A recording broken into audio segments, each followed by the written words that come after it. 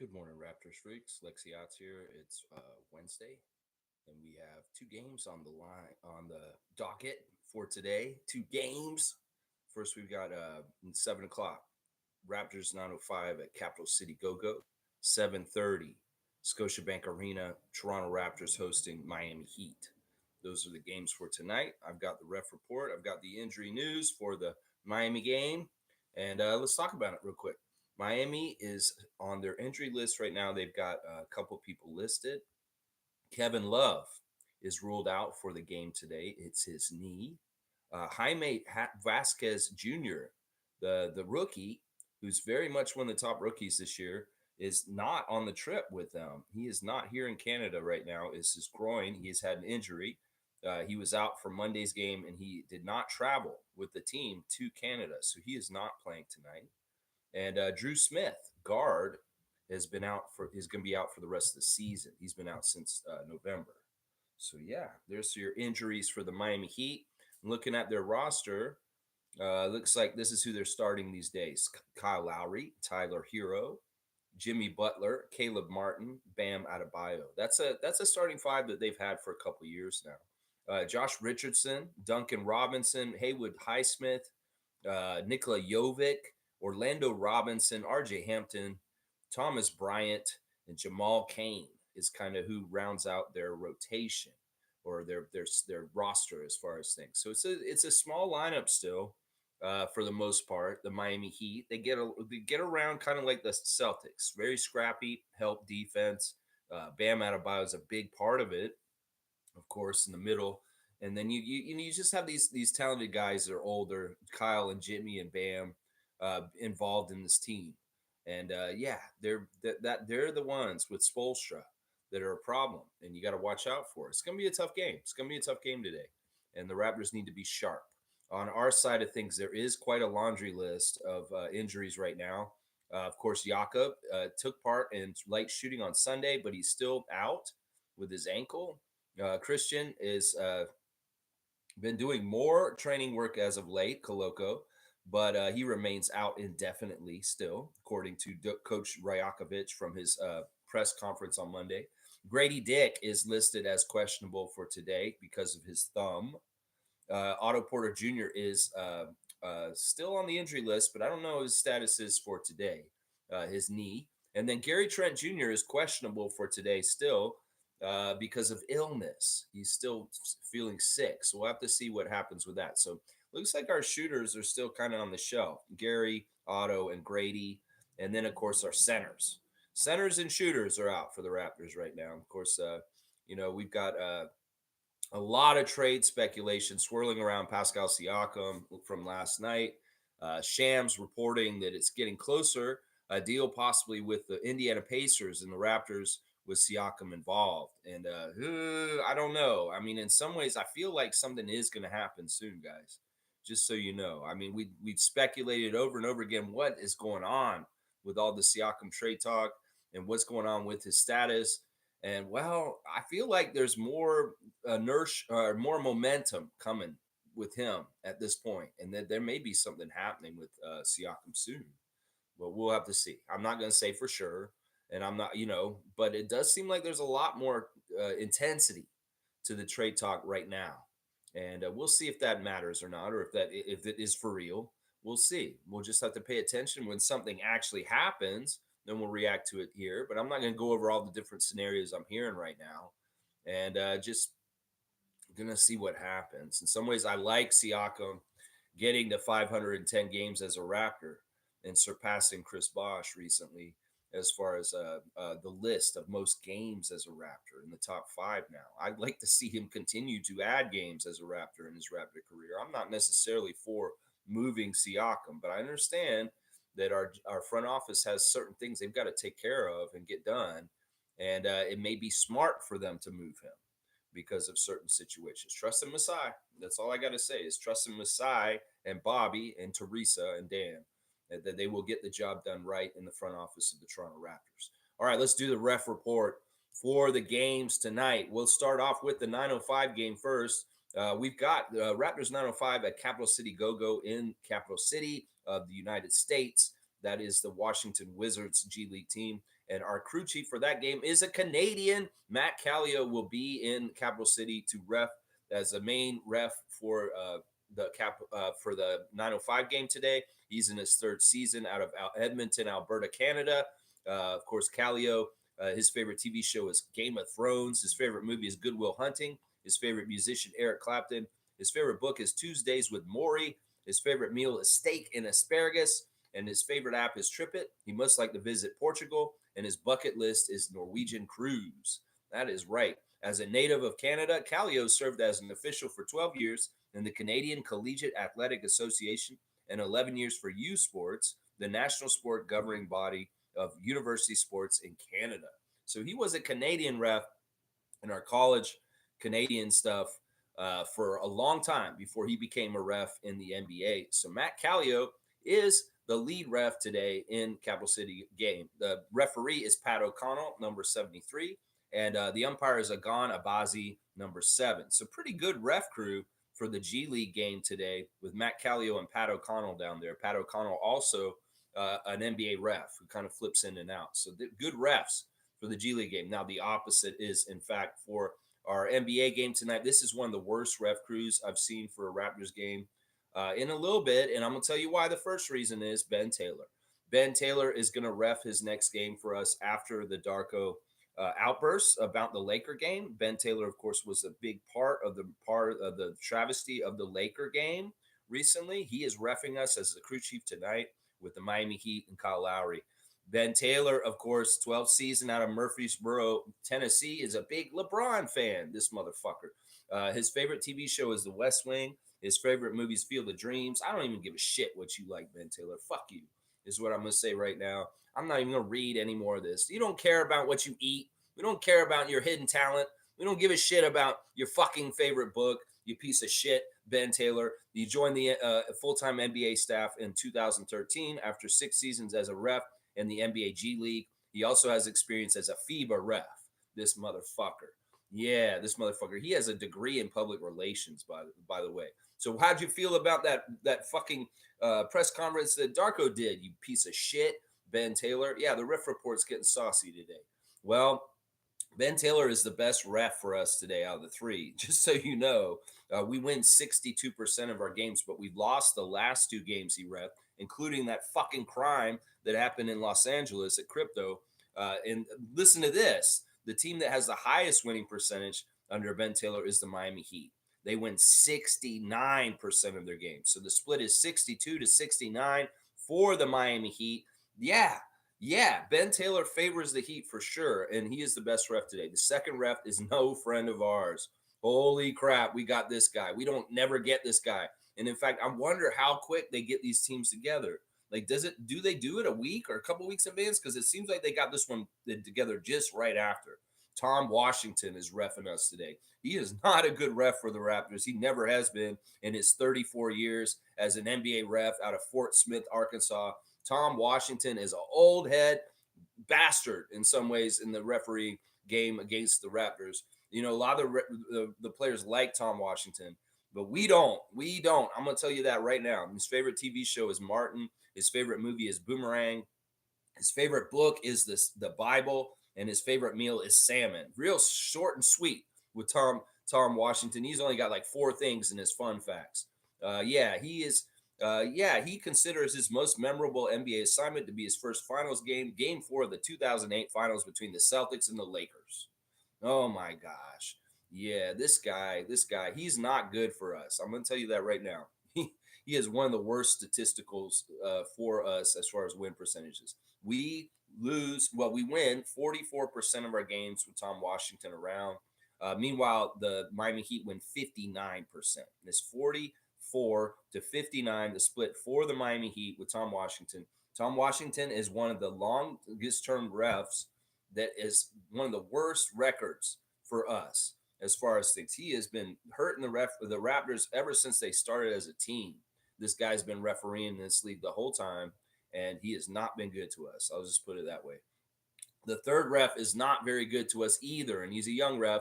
He was in Birmingham for the last game, ref in the G League team against the Birmingham Squadron. Robert Hussey is coming up to be the third ref today. His third season out of Queens, New York. His favorite TV show is Chappelle's Show. His favorite movie is John Q. His favorite musician is J. Cole. His favorite app is ESPN. Yeah, we read all this just recently. Favorite meal, Aki and yellow yam. Yeah. Robert Hussey enjoys spending time with his family, working out, and cooking vegan food. Yeah. Robert is one of the worst young refs for us. We win 40% of our games, which is the worst percentage out of all three refs today. And we lost the last game we ref this season. And the Heat win 71% of their games. So the split is 40 to 71 for the Heat with Robert Hussey. All three refs very much have a significant favoritism in their careers for the Miami Heat in this game tonight. So the refs are not on our side. This is going to be a bad game if we don't play right. We can win and we can beat all of this, but we need to play really, really well. And the Miami Heat need to look old and kind of slow and stupid. And yeah, these refs are not going to help us, though. Ben Taylor may have some vindictiveness to come to with. I don't know. We'll see. Maybe he's going to come in and maybe he'll be like overly helping the Raptors because of the way it looked in Los Angeles. I don't know. I don't know how to completely predict this. All I can tell you is the stats say that this crew does not like us. Let's just put it that way. This crew does not like us. So there's your ref report for the Raptors game. I'm sorry to tell you it's Ben Taylor, Tom Washington, and Robert Hussey. That is the refs. Oh, my gosh. All right, Canadian Dana's first in the comments this morning. Good morning, everyone. For some reason, I am extra hyped today, so let's get this win. Happy game day, freaks. I like this attitude. I like this attitude by Dana, and I agree. I'm a little hyped today, too. We get to see our guy Kyle Lowry come back and play against us. Casey Bannerman making Heat jerseys, custom Heat jerseys, making one with the Hall of Fame symbol on it. Yeah, there's all kinds of fun stuff. For some reason, he always makes Heat jerseys. He really likes the Heat. So Casey Bannerman's like other team is the Heat, obviously, because he's always making Heat shit, too. Trevor Jace here. Good morning, Raptors family. Happy Wednesday. Let's go. That's right. It is Wednesday. It is Wednesday. Thank you, Trevor, for reminding me. It is Wednesday. And that means the Raptors going to try and win on Wednesday because they usually do win on Wednesday. So we need to make sure that that trend continues. We need to get another win today, and they can stop this 4-game losing streak the Raptors are currently on. We need to stop this 4-game winning streak right now. A little bit of being downtrodden on the team right now, feeling a little about themselves right now. The new guys are kind of like they're coming and doing the press conferences after losses, and that's not fun. Emmanuel and RJ coming in after the loss against Boston on Monday and having to do press conference. That's not fun. No. And explaining questions about like this and this, trying to figure it out. Yes, we miss Yak. Yes, we're still trying to learn the system and get adjusted to being in Canada. Yes, all this shit. Yeah, we need to do better, and we need to kick some butt tonight. He's got a bunch of the Raptors on blast on there. I love it. I see Gary, I see RJ, I see Emmanuel, I see Pascal, Scotty, Jakob, Darko, and Masai, and Dennis. Yeah, good stuff. Monique is here. Good morning, Raptor Freak family, and happy game day. Feeling very confident. Let's lock in and get a win. Yeah, we need to lock in. You know, all the stuff that's important for this game is, I've said this many times before, keys of victory is out raptor them. Get out there and out raptor them, meaning out hustle them, out scrap them, out 50 ball them, out rebound them. That's a big one. We win rebound battles right now. We win games. When we don't, we lose. And that's a very important stat right there, is winning the rebounding battle against the other team. Getting more rebounds than the other team is an indicator of whether the Raptors are winning or losing. So they need to get all the rebounds they can, even without Jakob out there. That's the tough part. You know, does that make sense? Jakob swallows up so many rebounds when he's playing that he helps us in the rebound battle, and that's why we win when he's playing. But when he's not out there, we don't have people getting the rebounds like we should. And we get out rebounded, and then we lose. That makes sense. That makes sense to me. So let's out rebound the Miami Heat today. And I don't know if we'll have a size advantage. We don't really have any big guys. Normally, I would say we have a size advantage. We should take advantage of it against the Miami Heat. I don't know if we will have a size advantage tonight because in some ways, they're about the same height as us without our centers. So, oh man, Koloko, why couldn't you be back for a Caleb Martin revenge game tonight? What the hell, Koloko? Jeez, come on, Matt, man. Come on now. Trevor saying, may your day be filled with positively enlightenment, inspiration, and lots of wonderful moments. There you go. There you go, Trevor J. What a great wish from Commissioner Trevor J. I love it. Trevor saying, Darko had to pay 25,000 and Mike Brown paid 50,000 in 1 week. Both coaches total up 75,000. Money, money, money. Now, a lot of people are wondering why Mike Brown got double the fine that Darko did, but this is the reason why. The NBA was very clear about this. 25,000 of it is for the press conference with the laptop. The other half of it is for stuff he did in the game. He was, unlike Darko, Darko did not do anything in the game that was out of pocket. Mike Brown went at the ref and accosted them on the court. So half of his fine is for on-court things that he did. And then the other half is for the computer and the press conference. So that is why Mike Brown has a $50,000 fine and not a $25,000 fine, just to clarify things for people, because he's getting penalized for two things, for stuff that he did during the game and then the press conference. Just to let y'all know, because a lot of y'all were confused. Like, why did he get double fine? Well, because he did shit during the game. He said stuff. He approached the refs in the wrong way, and they fined him for that too. That is why, right there. That is why. Kevin's here. Good to see Kevin Thompson, a great Raptor freak.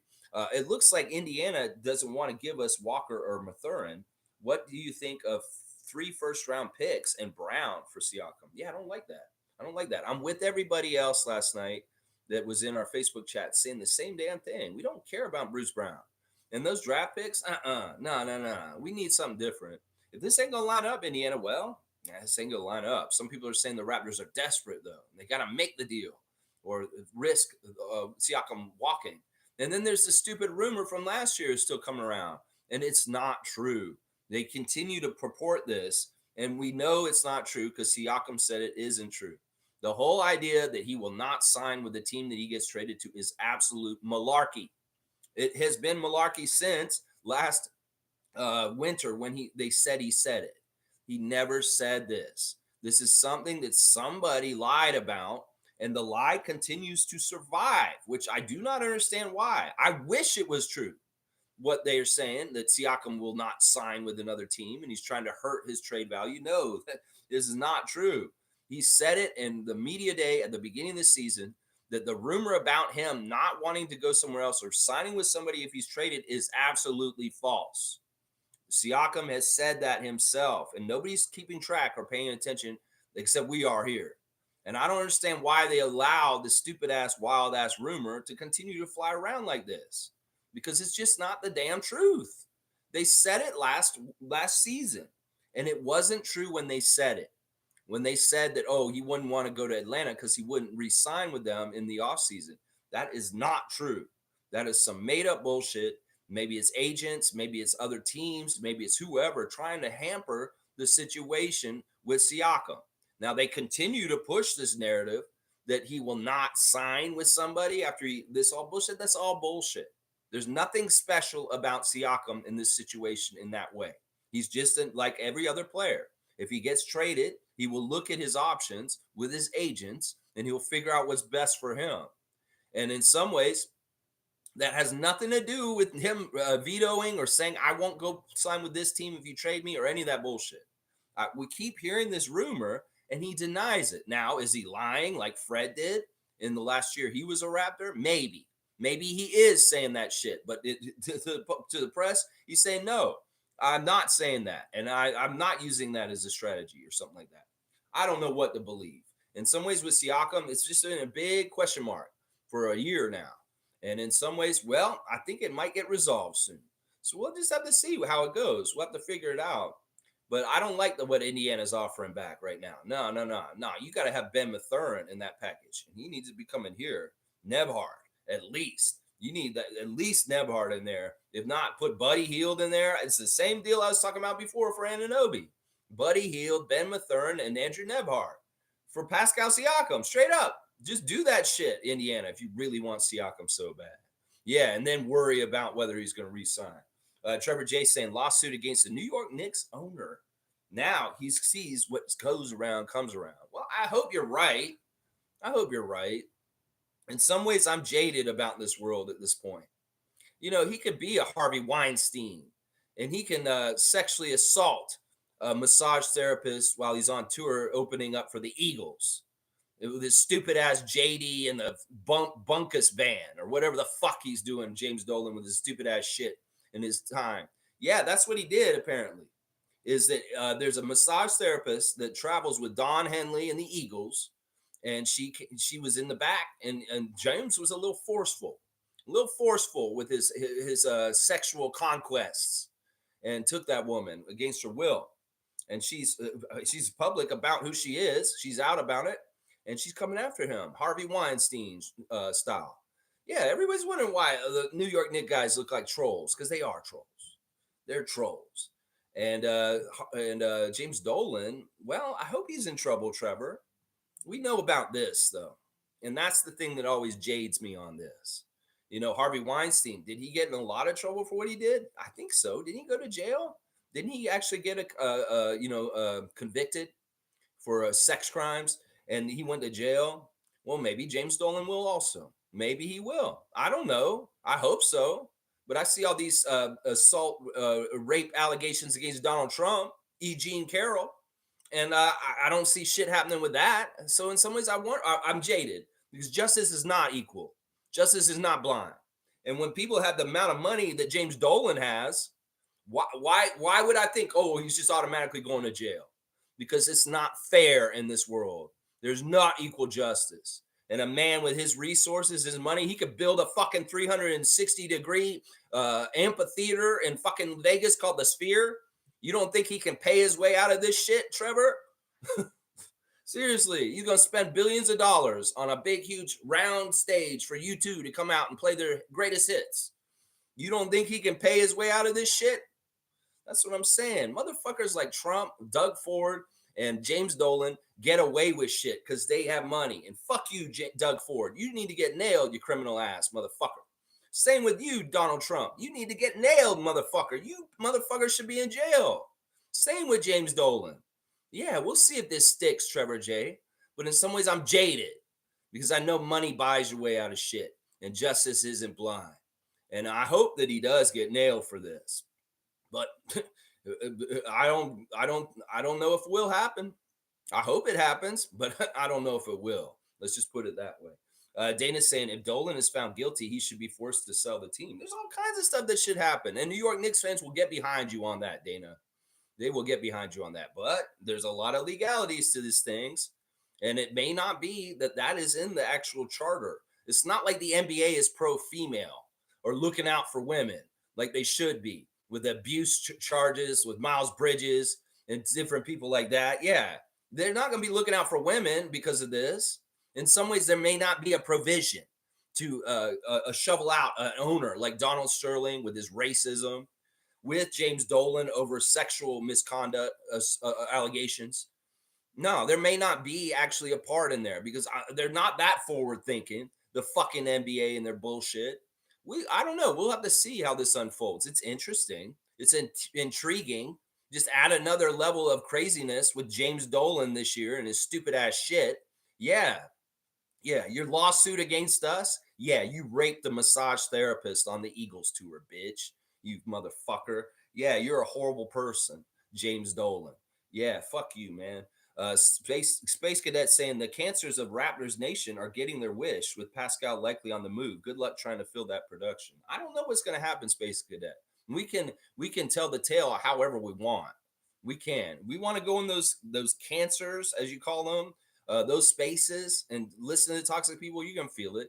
I'm not about those places anymore. In fact, I'm about very few Raptor spaces at this point. This one being one of them. And a lot of the other places I just don't have no time for. Their opinions don't mean jack shit. And they're going to spin it and say it however they want. I'm going to spin it the right way. We got a really good player named Siakam. Either he's staying and I love him and he stays a Raptor, or we're trading him and I trust in Masai that we're getting a good haul for him coming back and it'll improve our team. So that's the only way to look at it, Space Cadet. You can color in the coloring book with their coloring crayons if you want, but I ain't. No, I ain't got time for their Crayola box of shit stained different tones, colors, the way they like to paint their pictures, their rosy perspective. these fuck faces around social media and Raptor spaces. Fuck them. I don't give a shit. I'll fucking look at it and I'll decide for myself. They don't need to tell me how it is. That's right. Monique's saying, fuck Dolan. That's all I have to say. There you go. Monique, you're getting a dunk. If there's anybody that should say fuck Dolan right now, is Monique Lawrence. And yeah, you said it's powerful. It is powerful. So yeah, you're getting a dunk, Monique, for telling James Dolan to fuck off. That is right. That is right. Let's see. Cool Cat saying, good morning, Rapid Free Crew. Game day on a brisk day. Yeah, it's sunny.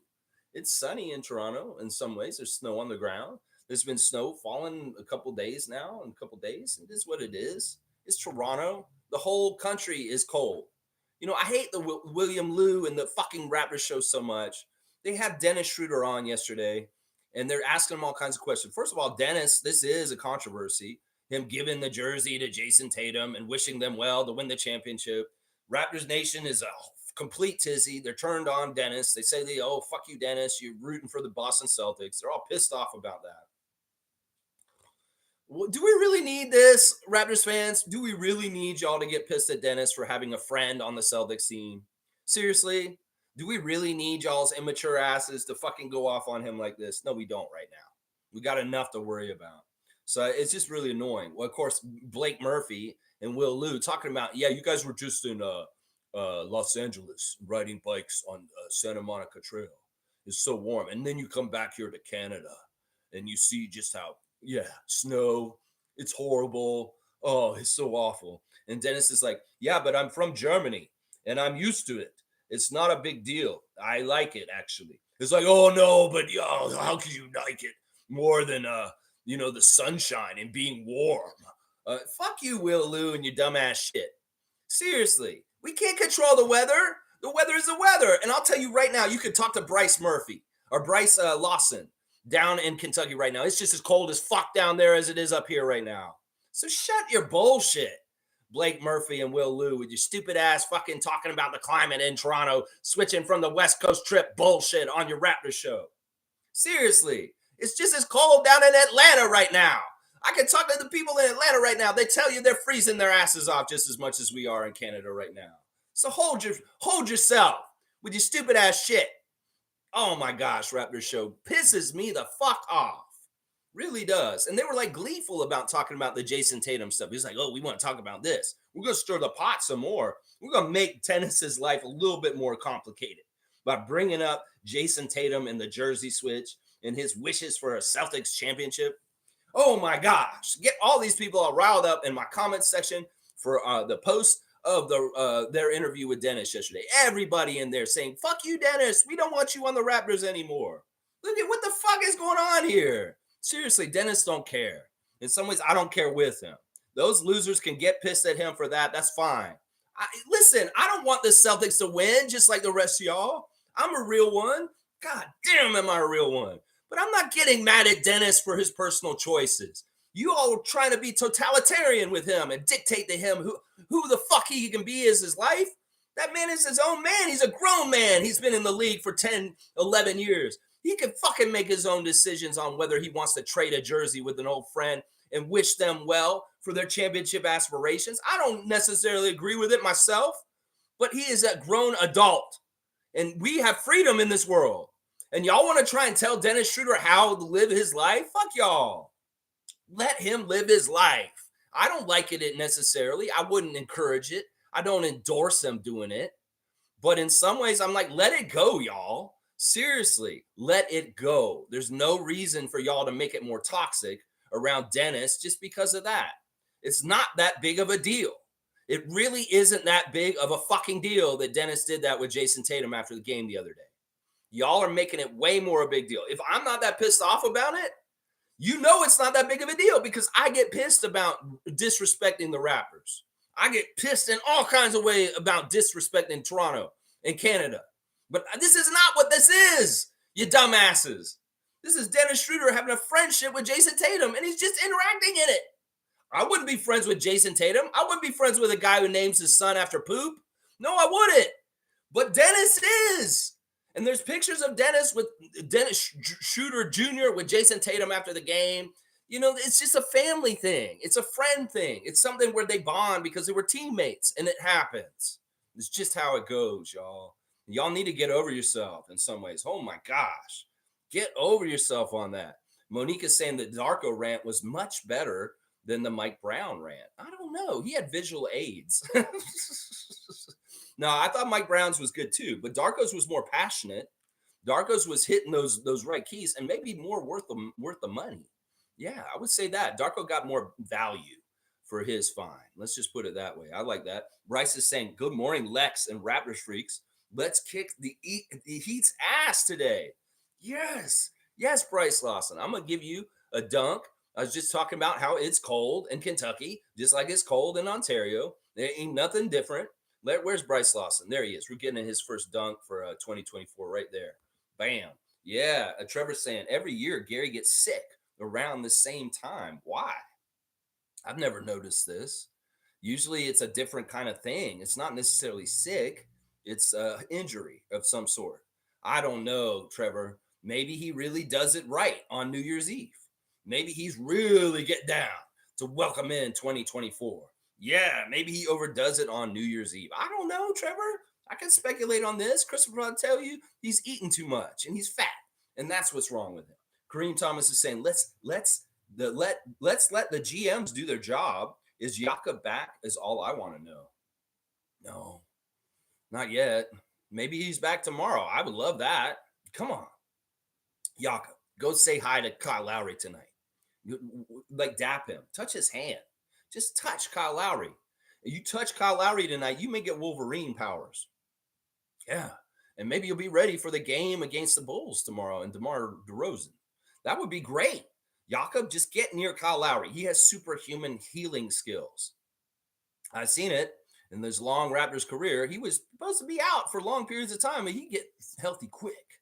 So yeah, get those Wolverine powers from Kyle Lowry real quick, Jakob, and get back tomorrow against DeMar, please, please.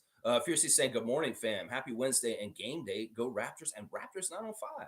It's unfortunate that the games are on at the same time.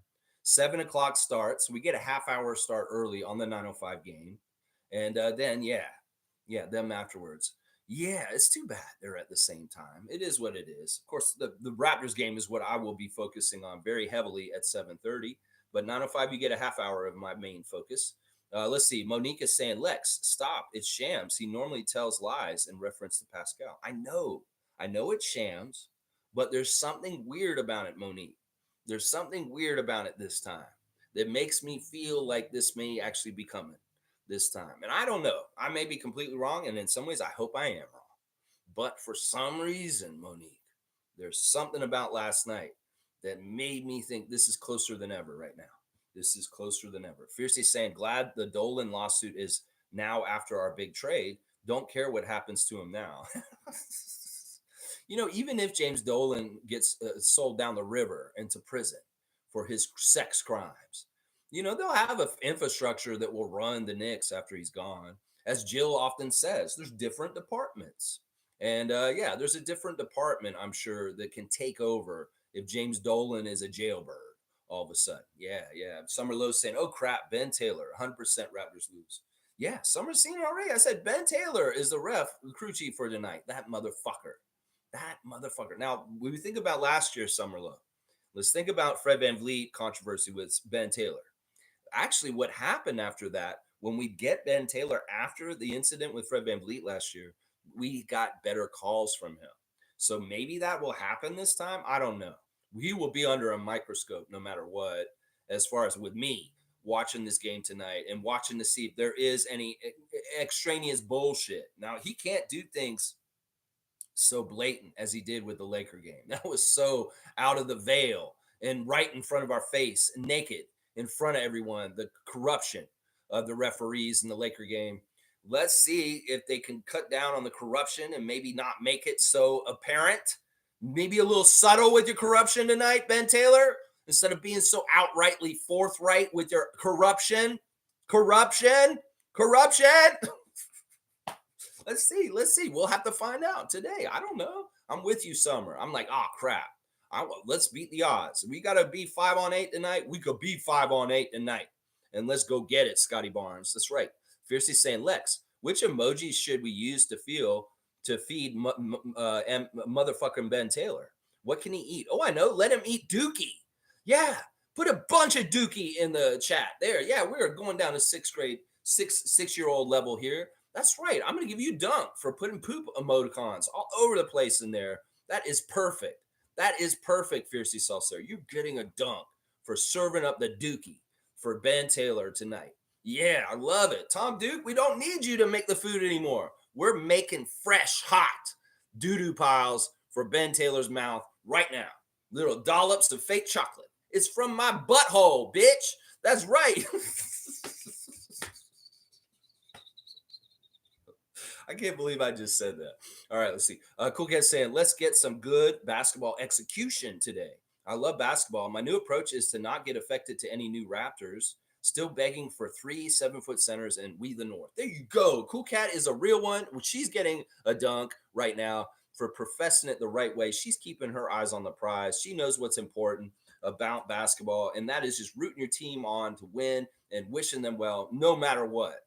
Blind love and faith for your NBA team is what Cool Cat has, and she is not getting attached to any more players because the heartache is strong when they leave. And we ain't about that no more. That's a cold, cold heart that loves the team, loves the players, but cannot get attached. I understand completely, Cool Cat. OG was sad that OG's gone now, and if Siakam's leaving too now, this is crazy. G saying Jonte Porter did an interview with the Warwick Report. Raptors have been eyeing him since 2019. Yeah, I watched that interview with the Warwick Report.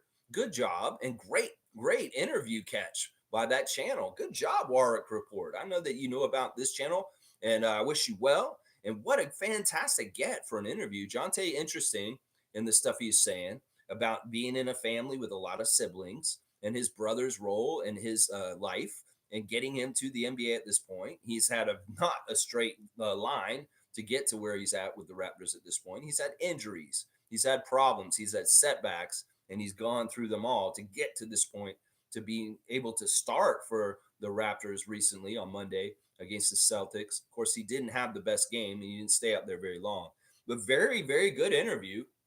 Interesting to hear Jonte's voice and hear his opinions and who he is as a person. Very interesting young man. There's some interesting things about him that could develop on the court. We'll have to see what happens. But yeah, really a great interview by Warwick Report. Appreciate you getting that interview, man. Good job, man. That was a big score by your channel. Country Con saying, good morning, Raptors freaks. Lex, I'm confused. What happened last night? Can we trust Shams reporting? The deal that was reported doesn't seem worth it for us. We should demand Mathurin or Gerace.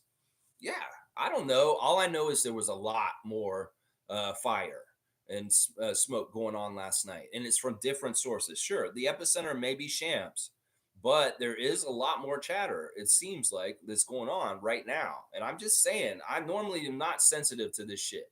Normally, I'm just like, okay, this is just normal BS that's going on. But for some reason, I have a feeling.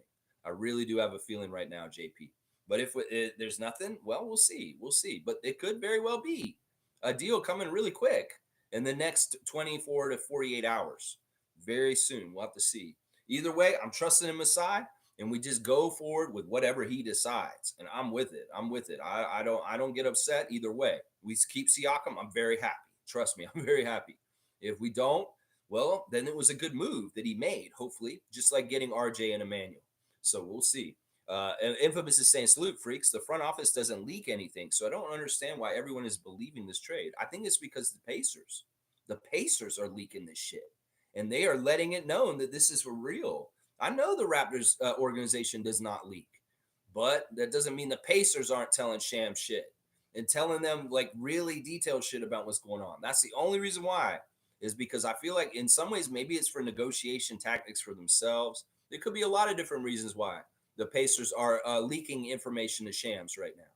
That's why I think it may be true, is because I could see the Pacers leaking this information. Race Mode's here. Good to see Edmund. Good morning, Lex and Monique. Trade rumors are annoying. I'm a Siakam fan, but I understand if Masai makes the deal, we need to win tonight. Where's Siakam? All right. Edmund with a comment. It's good to see you, Edmund. Yeah, they are annoying. I am a Siakam fan also, but if Masai makes the deal, well, it's trust in Masai. And Jakob is not playing tonight. I can tell you that he's probably not going to play tonight. We do need a win. We need to prove that we can win without our center because we have not yet. We have not. Fiercely saying, I'm sorry, but draft picks and Pascal doesn't fit the same sentence, i.e., in exchange for his services. Yeah, I would agree with that. I would agree with that. Hey, I'm not Bobby Webster. I'm not on the phone trying to figure this out with them. And I've heard also there's a third team involved. So it may not be just a team that we're talking to is just the Pacers. It could be we're getting players from another team. The Pacers are getting Siakam, and we'll go from there. We'll see. That's the thing. I'm hearing there's a third team also. Carlos saying, good morning, Rapid Freaks. Good morning to you, Carlo JS. Infamous is saying, if Woj doesn't say it, I tend to ignore it. All right. Yeah. Sometimes Woj is the last one, and he'll Woj bomb the final deal. So we'll just have to see. I don't like revving up any kind of things like this normally. I'm only doing it because I feel like it's real. And now, if not, it's not. I'm not gonna do this every day. I'm only doing this morning because there was a lot of momentum last night on social media with rumors and things that people were saying that was a little bit different than what's been going on for the last year or so. It's a little bit different. I'll just say that. Summer saying it's in Siakam's best interest to say he won't sign with any other teams because he might want the supermax instead of a lesser deal. Yeah, it may be that he's lying and that he is saying that he didn't say that, but he is actually on the down low saying it because it is in his interest to try and get a supermax with us, and he doesn't want to be traded. So yeah, there could be some things that he's doing, and he's not being totally honest because the statement he said at media day was that he's not ever said he won't sign with somebody if he gets traded. So I don't know what it is, Siakam. After Fred lying blatantly to us, saying that he never got offered a contract extension all last season, and then he told a podcast this summer that he did, and he straight up lied to our face. I'm not believing any of y'all anymore when it comes to your contract negotiations with Masai Ujiri and Bobby Webster, because I know they give y'all extensions all the time, and you guys are probably rejecting them. And that's probably what the damn truth is about it. Is like it's not that our front office is waiting around or not doing things. It's just they don't tell us every time that they don't get the contract done with one of our players or an extension. It's like that's not news. So why would they tell everybody their failures? There are times when they're saying, "Oh yeah, we went to Siakam, we offered him this," and he said no. This agency is like, "We were really trying to get the supermax, and we're not going to sign." And it's like, okay, well, nobody's going to know this. Siakam's not going to tell everybody, and our office isn't going to tell everybody. But they're working. They're trying to make these things meet. But if it doesn't happen, you don't hear anything. And they offered contract extensions to Fred last year, and he rejected them. And he went the path that he went. So everybody blames the front office for Fred VanVleet and the way things happened. Well, understand he lied. He said that they didn't offer him a contract extension, but they did. And he rejected it, and he lied to us.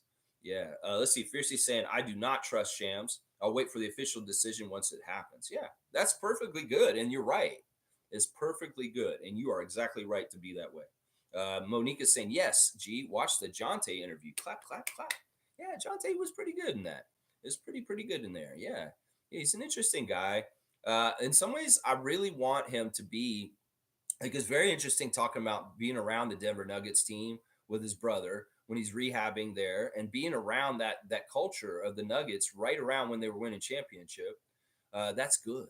That's a good thing. And he was talking about Nikola Jokic was very interesting. Like he said, if I could be 1% the player that Nikola Jokic is, I would be great. And there's some tendencies that he has that match up with Jokic's bag as a player, this passing big man in certain ways. So yeah, Jonte, you want to be more like Nikola Jokic? Go ahead, go ahead.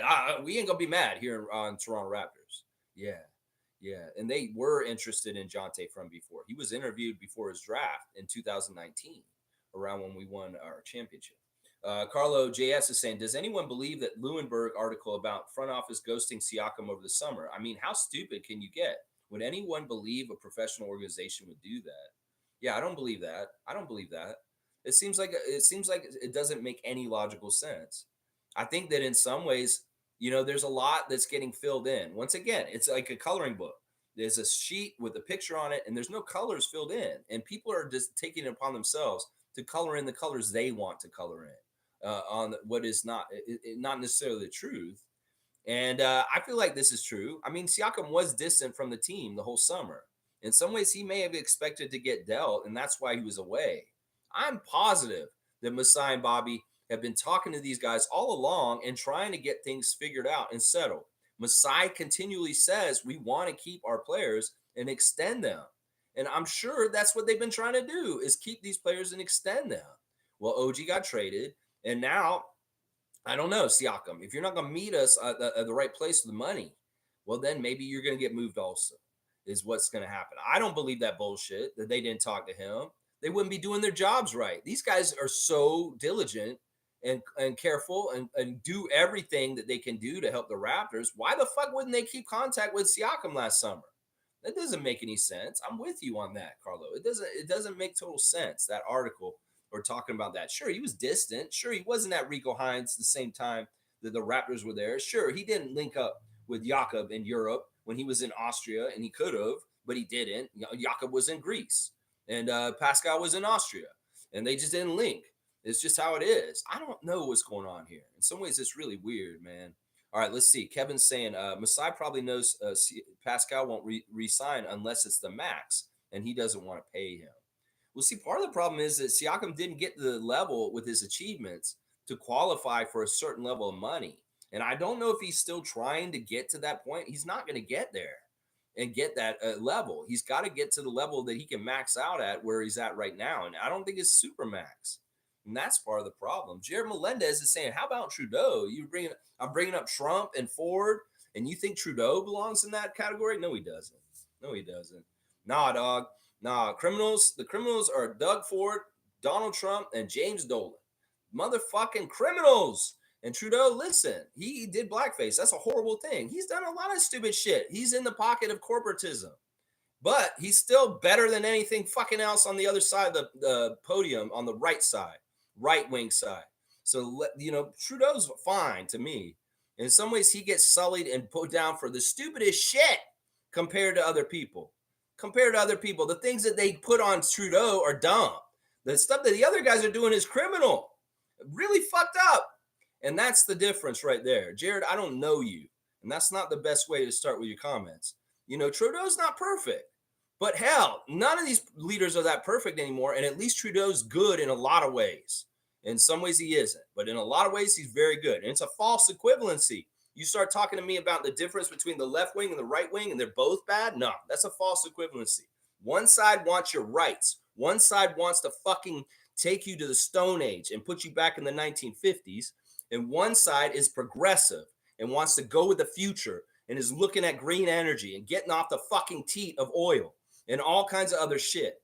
So no, these aren't equal sides. One side is very much authoritarian and wants to get the military police out there, and they're going to fucking turn us into China. They're going to turn us into China. If you want that, you go ahead and vote right wing, because they're going to be fucking controlling your life more and more, telling you can't have abortions, telling you can't do this, you can't do that, and the fucking police will enforce this shit. So if you want to go towards a sci-fi dystopia, vote right wing. And you can fucking have all your freedoms taken away from you and have a fucking police force that acts like the army in your city, because that's what you will fucking get. That was what you will fucking get if you vote conservative, PC in this fucking country. That is what you will get. And U.S. are trying to do that down there with Donald Trump's people. He says he doesn't want to ever leave office. That is a dictator.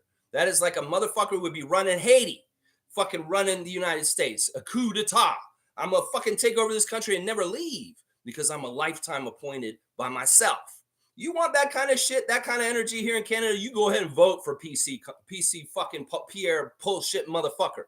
Yeah, you find out. You find out in like 20 years. Oh my God, I should have listened to Raptor Street. And now all my freedoms are stripped of me because I went in a right-wing direction with these fucking fascists. Yeah, that's what you get, Jared. That's what you get. You'll be living in a fucking science fiction nightmare in 50 years from now. And your children be like, why did you do this to me, Daddy? Why did you fucking vote for monsters that took all our freedoms away and throw us in jail for fucking speaking out and free speech? You want to get to that point? We'll get to that point. Oh, yeah, we will. False equivalency. Fun guy saying, Ben Taylor's back. Oh, my God. Fuck, man. Yeah, Ben Taylor. That's why I'm fired up. That's why I'm cussing. That's why I'm talking politics. That's right. Fun guy saying, Space Cadet, maybe you're the C word, calling others C word. Must be smooth saying the C word rolling off your tongue. All right, fun guy, you're going to get a timeout today because you're attacking another person and you're in timeout, buddy. You're going to be in timeout for the whole 24 hours. I don't want to see you back in the chat for a while because, like, that's not right, man. You're going after somebody again. You went after David, and you and David's little thing the other day is no good. Now you can go after Space Cadet just out of the blue? Nah, dog, you're in timeout. You a personal attack. That's not right. It's just for 24 hours. I'm not reading any more of your shit. Let's see. Infamous is saying, not defending him, but we need to get back to the root of justice. A person should be innocent and proven guilty, no matter who they are. They need more info before passing judgment. I agree with that to a degree. But listen, with people in power that have that kind of money, like James Dolan, if this kind of stuff gets out, they usually suppress it with hush money as quickly as they can. So when it gets to this point, it's usually valid. Let's just put it that way. Once again, I believe accusers over people that say no, they're bullshit because it takes a lot of fucking bravery to step up and say, yeah, this person did this to me. You think people bring that shit on themselves just for the frivolity? Oh, I want to have a whole bunch of scrutiny and all kinds of bullshit in my life? No, they only do it when they're true victims. And that's the problem here with your logic in some ways, Infamous, on this. Jared saying, would you pay Pascal max 5 years? Yeah. Yeah, I would. I'd keep him around and do that. I would do that. I would give him max, but not super max. Yeah, I would do that. I keep him with Scotty. I think that's a good idea. I think that's a good idea. Space Cadet saying, I'm sorry for your sensitivity issues. It's not that deep. Yeah. I mean, listen, I'm not about using that C word either. And it's just one time. And Space Cadet just used it for 1 second. In some ways, we're trying to be free speech here in some ways. Now, he's saying that using the C word as a sports analogy is such disrespect to millions of people in hospitals dealing and dying with it. Shaking my head. You know what? In some ways, I got to agree with him on this. In some ways. I mean, let's just move past this. And, you know, it is what it is. Space Cadet, maybe we amend our word on that. You know, it's like somebody said the other day, slaughtered. And I was like, man, I don't really like using that term right now with the wars going on in this world and people actually literally getting slaughtered in this world right now. I don't know. We could be overly sensitive in certain ways. I think that in some ways, Fun Guy is very right on this. I just don't like that he personally attacked Space Cadet. There's no reason to do that. Bryce is saying, very true, Lex. I stopped watching other Raptors content creators because they are either too ignorant or just want to click, or half of them just complain and bitch the whole time. Shout out to you, Lex. Thanks, Bryce. I'm complaining a lot today, but I need to kind of, you know, I don't know. I'm riled up. I'm riled up. Ben Taylor. Most saying, I haven't watched the Raptors show since Alex left. Yeah, the interview yesterday, I feel like it's so like uncomfortable. Like in some ways, I don't know why Dennis does this. I mean, he made this a commitment to do this, but this has been a disaster. It's been a disaster. In some ways, he doesn't come off good in those interviews because those guys are assholes. They're not respectful. They're talking to him and they're like, you can see them while he's talking. And when he makes a comment, they like smirk and make little like, like they're laughing at him. Or like they're like giddy little schoolgirls that are fucking like cliquish and they're like bullies to people. They're like, oh, they're like Dennis is just talking. He's being a professional. He's just being himself. And these guys are like snickering little fucking idiots. They're like Mean Girls, like the movie, The Mean Girls. Yeah, I don't understand these guys. Like, what is up with you guys, man? Why are you like this? What do you like this? All right, let's see. Fun Guy saying, what happened with Dennis and the Celtics? It clearly got Lex heated up. Now, I'm standing up for Dennis because I'm doing damage control for him. In some ways, I'm for the Raptors being healthy and going forward. And any of the toxic, I'm trying to clean it up. And in some ways, yeah, sure. I wish Dennis hadn't done this. I wish Dennis hadn't done this because it just feeds stupid shit with our fan nation. But he did. And it's just what it is. And in some ways, I'm doing damage control at this point. That, you know, listen, he's his own life. He has freedom. He's allowed to be himself and he's allowed to do things in freedom. It's not like we pay him his salary and he's like a slave to us. And he's like, no, you can't do that, Dennis. You can't be friends with Jason Tatum. You can't take a picture of him with your son, Junior, after the game. You can't trade the jersey. You can't wish him well for a championship because we hate the Celtics. No, we get that. With the Celtics fans, we don't like the Celtics. Yeah. Raptors fans do not like the Celtics. And but Dennis is a player. And he played for the Celtics. I don't know. It is what it is. G saying Shams backtracked and said Indiana's motivated, but basically he doesn't know where the Raptors are at. Yeah, of course he doesn't know. Also, Gary also said he doesn't mind the cold either, acting like most of the states isn't cold. Yeah, a lot of these guys have grown up in cold environments, Gary, in Minnesota and Ohio. People that have played in New York and Boston understand how cold it is.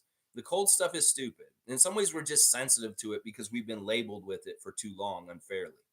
And in some ways, it's really dumb. The polar vortex, it goes right on down because the global warming, it doesn't keep it up high anymore. So it's coming down in the States, and they get in the cold ass weather down in southern states also right now because of crazy climate change too. So it's like, whatever. This isn't even something. Bryce is saying, Lex, keep it real. Keeps it real. Yes, it's very cold. We got some snow. See, Kentucky's cold as fuck as it is here. It might be warmer out there right now than it is where Bryce is right now down in Kentucky. Because it looks like we got sunshine and it doesn't look as bad. What is the weather out there right now? I can't tell. I need a thermometer. Yeah. Wayne's saying, are we really back paying attention to gossip? Your title is our narrative. We want to get back to winning basketball games. I wonder if people from Sportsnet have friends at TSN or CBC. So juvenile. So juvenile. All right, what are we saying? Listen, the only reason why is because it seemed like I said, Gwen, I have a feeling that it's a little bit more like something. But either way, we can drop it. You're right. Let's talk about the Heat. The Heat tonight, the Capital City Go-Go 905. If you could beat Capital City Go-Go, that'd be fantastic. Start getting more of a winning record. You're 3-5 right now. And if you could get 4-5 by the end of today, beat the Capital City Go-Go, that would be great. Marquise Noel, Justice Winslow, Kevin O'Banner. Get in there and kick some butt against Capital City. Matt Callio, the referee. Hopefully that can make things happen. All right, I'll misdirect away from the noise and we'll go back to the real stuff. Cool Cat saying, Lex, ignore the drama. Don't get upset. I watched Sixers versus Nuggets last night when all the drama was swirling around Pascal trades. Just over it all. Yeah, if anybody's over it, it's Cool Cat. It is definitely Cool Cat. Yeah. So they had the rematch, Joel versus Nikola last night, and I see that the Sixers won, right? The Sixers won that game. It is what it is. Trevor J is saying, it is cold everywhere in the U.S. Some of my friends don't even have heat in their homes. See, it's tougher for people down south because they don't have it equipped. It's just like up here, we don't have the best air conditioning for really hot times. Well, they don't have the best heating for when it's really cold. That's for sure. Cowboy saying, good morning, Lex and Raptor Freaks. Bam, let's go. It's game day. That's right. It's game day, Cowboy. Let's go. Milbester's here. Good to see Knicks fan. Let's see what he's saying. Good morning, Lex. How are you guys today? Sucks for the losing streak. Feeling the Canada Arctic air. It snowed here a couple days ago, but I'm used to cold weather and knowing how to bundle up. Yeah, it's not Canada Arctic air. It's just the Arctic air. It doesn't have to be from Canada. It's just like these fires and the smoke. It's just that this is natural weather and the boundaries of geopolitical things don't matter. It's just cold air from up north. So don't label it with Canada. I may be a little oversensitive to that right now, but yeah. And yeah, it snowed there. Yeah, you're in New York City, man. Of course it's going to be cold in New York City in January. Of course it's going to be. Yeah, y'all have lost a bit too recently, too, Milbester. I know you have lost some games too. Mo's saying, Trevor, you need to stop watching the Raptors show, man. All right, let's see. I am gonna read Fun Guys say we just gotta make it to Monday, y'all. All right, we just gotta make it till Monday. All right, Bon Jovi. We're living on a prayer. We just gotta make it till Monday. And let's see, what else? And by Sunday, even the freezing weather is gone for at least a while. Okay, this is good. So Fun Guys is giving us extended weather forecast, and he is saying that we need to just make it through this week, and the good weather's coming up. All right, I like it. G saying, get yourself some hot hand warmers for gloves. They work. You got to get those hot hands on the court. The hot hand shooting. You can't make just 4 3-pointers tonight, Raptors. Y'all need to make some threes tonight. Oh yeah, you do. You better make more than 4. That's for damn sure. Trevor J saying last night game between Denver and the Sixers had a playoff feel to it. Yeah, I bet it did. I bet it did. There's a lot of shit talk in there. Yeah, I'm a Jokic guy. That's for sure. Cowboy saying layering up is the best way to stay warm, not one big jacket. I agree with this. I agree with this. That is true. Let's see. Fun guy saying I'd shit in Ben Taylor's mouth. How's that for a favorite dish, you fraud? There you go. Fun guy is like actually on suspension and he's getting a dunk. I don't know if that's ever happened. I don't know if that's ever happened. I've timed somebody out for the day for personal attack on another member in this chat. And He's getting a dunk, even though I'm reading his comments still. Yeah, thank you. Do that. Bryce has got the poop ready too. Let's see. Fun guy's also saying, really wish we had Coloco. I do too. I do too. G saying Blake Murphy reported that Liberty is with the team today. Okay, so JFL is up. He's not with Capital City. He's with the Raptors, and that makes sense. If we're gonna have Gary, Otto, and Grady out, we need maybe another scorer. So Javon Freeman, Liberty with the big club here in Toronto to be ready and able to play against Miami Heat. All right, that's good information, G. Thank you for that. JFL called up here in Toronto. Milbester saying that's the good thing about the Arctic polar vortex air. It lasts for a few days. Good thing I'm used to cold air from Canada. I had a frostbite from Canada polar vortex last winter. Stop saying that. It's just the cold air of the world. That cold air could be from Russia. You don't know, Milbester. These climate jet streams go all over the world. You could be getting cold air from Sweden. Why do you say it's from us? Just because we're close? That cold air could be from Alaska. It could be your own American cold air. Why do you have to say it's Canadian cold air? Fight that good fight, the information perception fight. That's right. Why is it got to be from? Why's your frostbite got to be from Canada, Milbester? It could be Russian frostbite. It could be Alaskan frostbite. Oh my gosh. All right, let's see. Fun guy saying, why is everyone so opposed to a Siakam trade? We're 10 games below 500 and have a chance to get more depth with our expiring best player in a trade. Yeah, I think it's just sentimental. I think some of it is that people are just like, I know for me, I don't like losing all of our champions. I really don't. I really don't. And that may be the most sentimental thing, but in some ways, it's also a real thing that you need to kind of keep for culture. But then again, in some ways, I look at Siakam and I'm like, he doesn't, it's not like it's Kawhi. And I wish we could keep Kawhi in some ways, but still, Siakam, I value him. I do value him very much. And in some ways, if other teams aren't going to value him with their trade packages coming the other way, well, let's keep him. But I don't know how it's going to work. I don't know how it's going to work out. We're going to have to see. Some are saying could be Shams' report is just a smokescreen to set the precedent that this is the minimum requirement for other teams to bid against for Siakam. This is a very astute observation by Summerlow, and that could be very true. That could be very, very true what Summerlow just said, that they're trying to set the asking price and kind of do kind of like the perceptions around the league with different teams that may be interacting with the Raptors as pertaining to Siakam. And they're saying, well, this is around where the price is right now. Either way, we'll just have to wait and see. And like everybody's saying, Woj is the one to listen for when anything is actual real. Infamous is saying if there's a leak, it's a good thing. It will cause other teams to step up with better offers than Indiana. Yeah, I agree with this. I think that's part of it. Either way, we don't want to paint ourselves in no-win scenarios. We're in no-lose scenarios. So whatever happens with Siakam, we're going to win. Either we keep him, we're going to be good, or we're going to get something good for him. And it'll be a really good deal. So either way, we're in no-lose scenarios. We're going to win no matter what. And that's the mindset and the mentality everybody should have in their own lives every day and what they're doing in their everyday life. Is you can set yourself up to succeed no matter what. If you set the parameters to allow for failure or just allow for perspective to be different if things don't go exactly how you plan, and you can make the best of it still. There is such a thing as no lose scenarios, and it's really your perspective that can shape it. Let's see. G saying, I normally do not believe in gossip, but the fact that Masai was in France looking at someone in the 15 range says there may actually be something. Yeah, that's what Jillian was saying yesterday. He's over there scouting a French guy, and they're projecting him around the 15th pick in the first round. Well, that's not anywhere near where we're drafting. So maybe there is something to this. Maybe there is. Wayne saying, Darko answering a question advised a certain player, I think quickly he should eat more food and lift weights. 6'8" and skinny like McDaniels doesn't cut it. Darko seems to be advising a bit more bold. He was not being totally serious in that question, Wayne. Basically, Emmanuel Quickly is who he's talking about.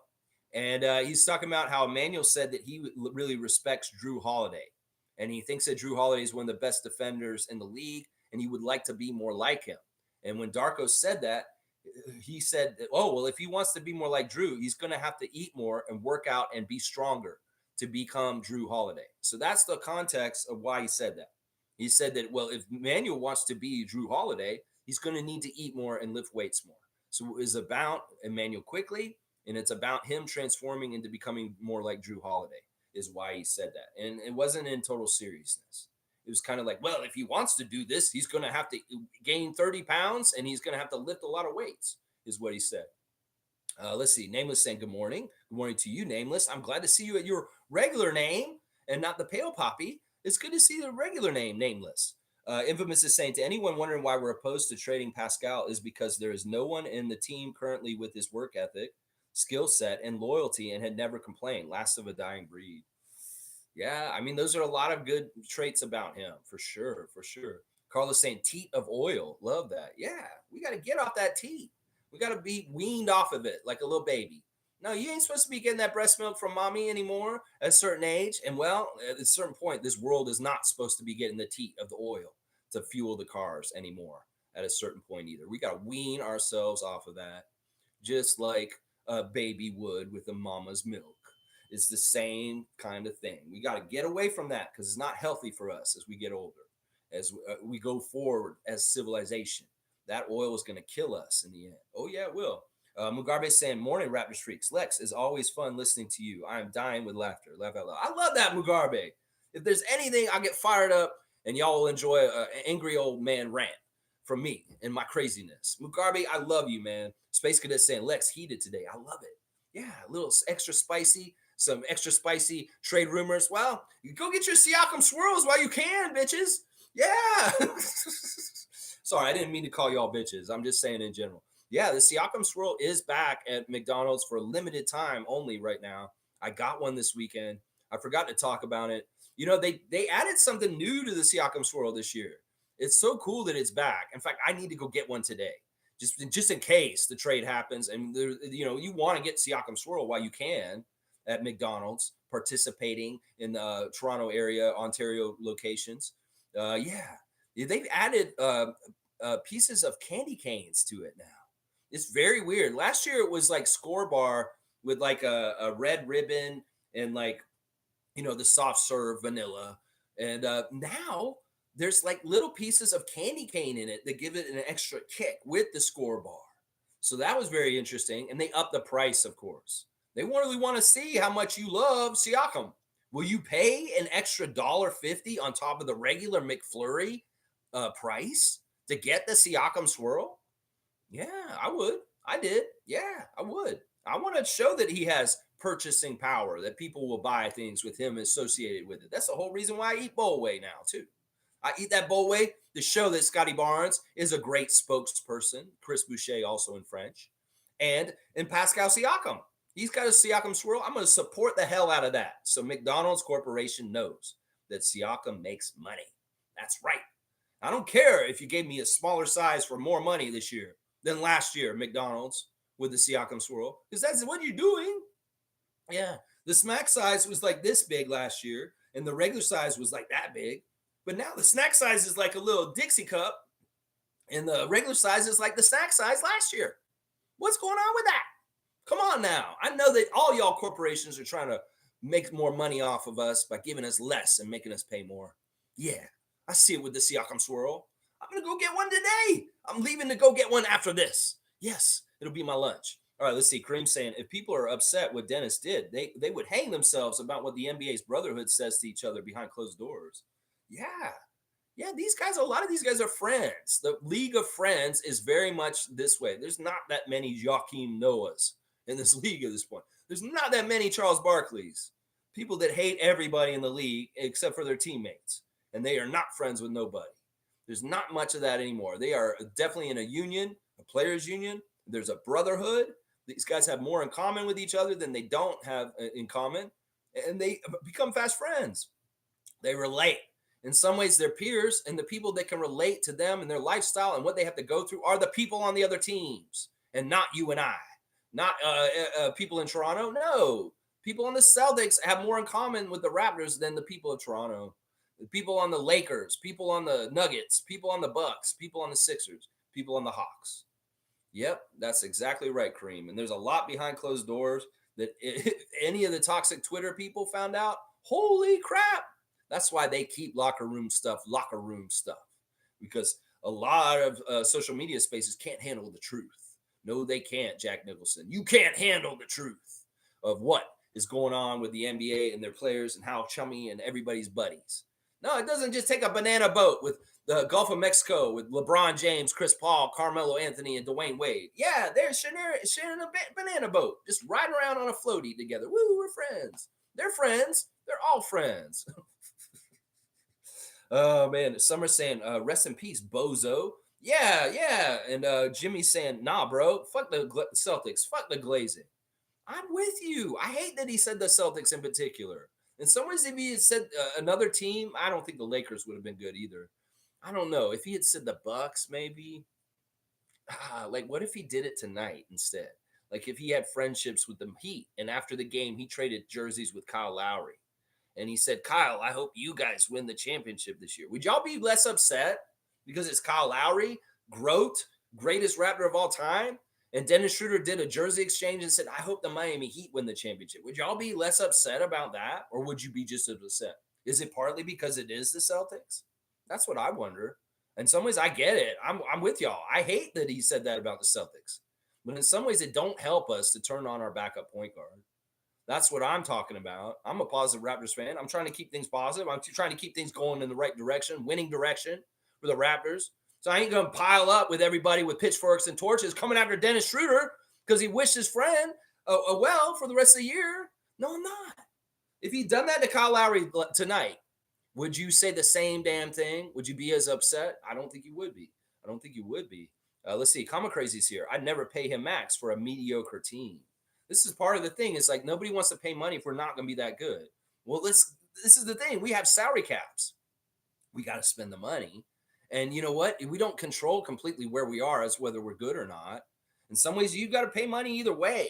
You got to spend money on players. And in some ways, if you're mediocre or you're very good or you're not very good, in some ways, that's determined. In some ways, yeah, the front office gets graded by it and checked for it. You know, I don't know. I don't know. You don't want to pay a max if we're a mediocre team. Well, in some ways, how the fuck do we become a better team if we can't keep our good assets? You got to start somewhere with building blocks. And this is part of the problem where I get mad with the U.S. media guys who say, well, the Raptors don't have enough to build around with Scotty Barnes and he should leave. Well, how the fuck do we do this then? We got to build something around here and we got to keep certain things. So in some ways, I'll disagree. And I'll say, yeah, I'll pay him the max, even if we're mediocre, because we got to start somewhere, is what I would say. Name is saying, Fun Guy needs a strike to straighten him out. He got timed out. He got timed out.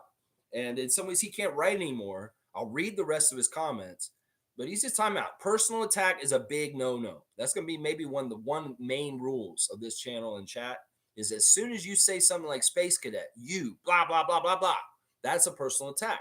And that will get you timed out of here. I'm sorry. And he had a good point. It's not that I don't agree with Fun Guy about that word in particular. It's just that I don't want personal attacks between people. And you can't do that, Fun Guy. You can't do that. Yeah. Jimmy's saying, let's not act like he doesn't know what he's doing. He's the one creating noise doing that. He full-blown knows that they'd be on the media. He might as well tell the team we have no shot and not try anymore with 42 games left in the season. Okay, you're talking about Dennis or are you talking about Siakam? In some ways, I got to figure out what you're saying. Jimmy's saying, let's not act like he doesn't know what he's doing. I'm gonna act like you're saying Dennis because you're more hyped up about Dennis than anything right now. I know that he's the one creating noise, doing that. He's full blown knows that be in the media. See, this is the thing. He doesn't look at this the same way as you guys. In some ways, these guys are not looking at this like gangs or like these are sides, like these are countries, and we're going to war. In some ways, we look at it a totally different way than the players. And the players want to compete and play very well and do a good job and kick ass and win games, obviously. But in some ways, they're not as strict about things like we are. You know, I'm crazy. I won't wear green around games when we're going to play the Celtics. I won't wear certain colors if they're the team colors of the other team on the days when we play them. That's a little bit like gangland stuff. In some ways, we can have that kind of mindset as fans, but the players don't necessarily have these kind of lines drawn. In some ways, they have to be very ambiguous and open and amorphous to the possibility of getting traded to any team.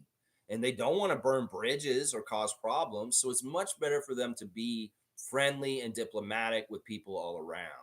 In some ways, maybe it is Dennis kind of giving it a nod. It's like, I still like you guys, and I would come play for y'all again if you guys wanted me, Boston. I get it, but that's the thing. They're businessmen. They got their careers. They want to make money. They don't want to burn bridges, and they want to have things open in certain ways. And in some ways, Dennis is not living his life on eggshells, worried about what everybody else thinks all the time. No, he's not. He's just doing what he does. And well, oh, did he misstep? Do you think he really needs to apologize for what he did? I don't think he does. I don't think he does. It's his life. He's got freedom. He's a human being, and he should be allowed to do what he wants to do. Jimmy's also saying he might as well tell the team we have no shot and not to try anymore with 42 games left. In some ways that does bug me. And I do understand that argument of why people are being critical of Schroeder for this. It's like, you've already waved the white flag. We're not even through 42 games this season yet. Now, I can get behind that to a degree. But in some ways, he was also saying on the Raptors show he's being realistic.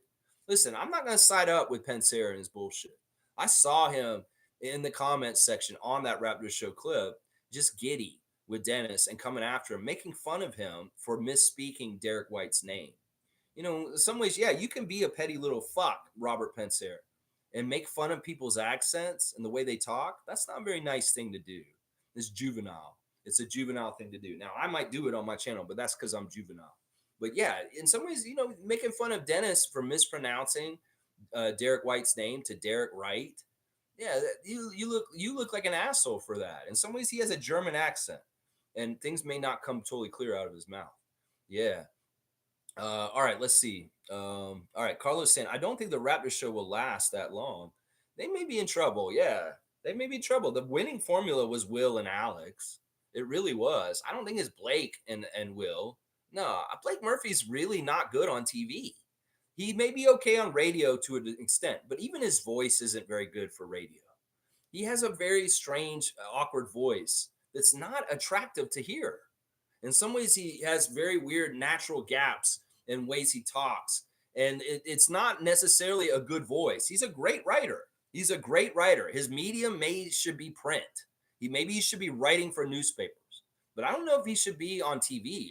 I know for sure he probably shouldn't be on TV. And in some cases, he probably shouldn't be as prominent on radio. Because in some ways, he just doesn't have the professional chops with his delivery, with his personality, with the way he carries himself.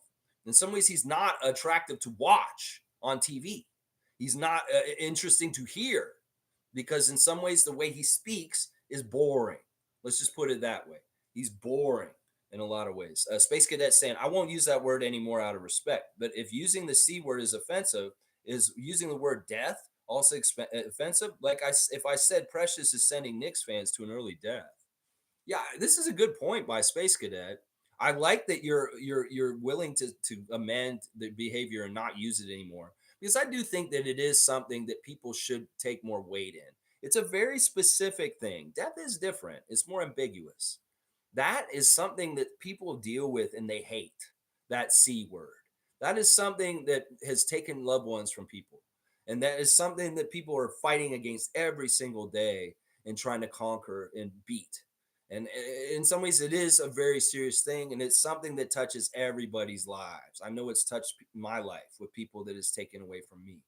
So in some ways, I appreciate you, amending yourself in any kind of way. You do it as you wish. You're going to slip up. People are going to use it sometimes. And we're all human. But yeah, I don't know. I think it's the ambiguousness. I think that word in particular has a lot of weight because you hear it and your life changes, and you don't want to hear it. You don't want to hear it. Wayne's saying no Trudeau. Hang on. All right, let me see. No Trudeau bashing here. Ain't supporting right wingers who are always wrong and lie every time they communicate. They're constantly rewriting a confirmed history to cover up crimes of their ancestors. Boom goes the dynamite. I'm gonna give Wayne Strainer a dunk. The thing is, listen, there's one side. They're both really not totally good, but one side is in the better side of things and will help us to fight off some of the bad stuff that's coming from the other side. And that's the way I characterize it. I don't think that the Liberal Party is that great in Canada. I'm NDP, and I'm way more with New Democratic Party. And in some ways, the Liberal Party pisses me off, just like the Democratic Party pisses me off in the United States.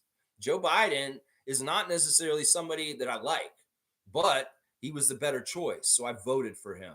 As an American citizen, I voted for Joe Biden to be president of the United States. And I'm very happy I did, even though I don't agree with him funding the war in Israel. I don't agree with a lot of the bullshit that he does. But I understand that in a two-party system, when there's a limited amount of choices, you've got to make the right choice. And the apathy of not making a choice when faced with this kind of thing is the worst thing you could do. That's what they want you to think, that it's equal between the two sides, but it's not. It never is. There's one side that is a very, very worse side to get behind, and it's the side that's lying. It's the side that Wayne is talking about here. And you need to support the less eviler side. Both sides are evil. I'll agree. But one side is better for the people in a lot of different ways than the other side. Just trust me on this. Some are saying, nah, Space Cadet, that guy just stirring up drama for no reason. In some ways, she's right. Fun Guy has had a penchant for getting into it with different people at different times. And I love the guy still. In some ways, he's not banned forever. I love him. I hope he comes back tomorrow, but no personal attacks going forward, please.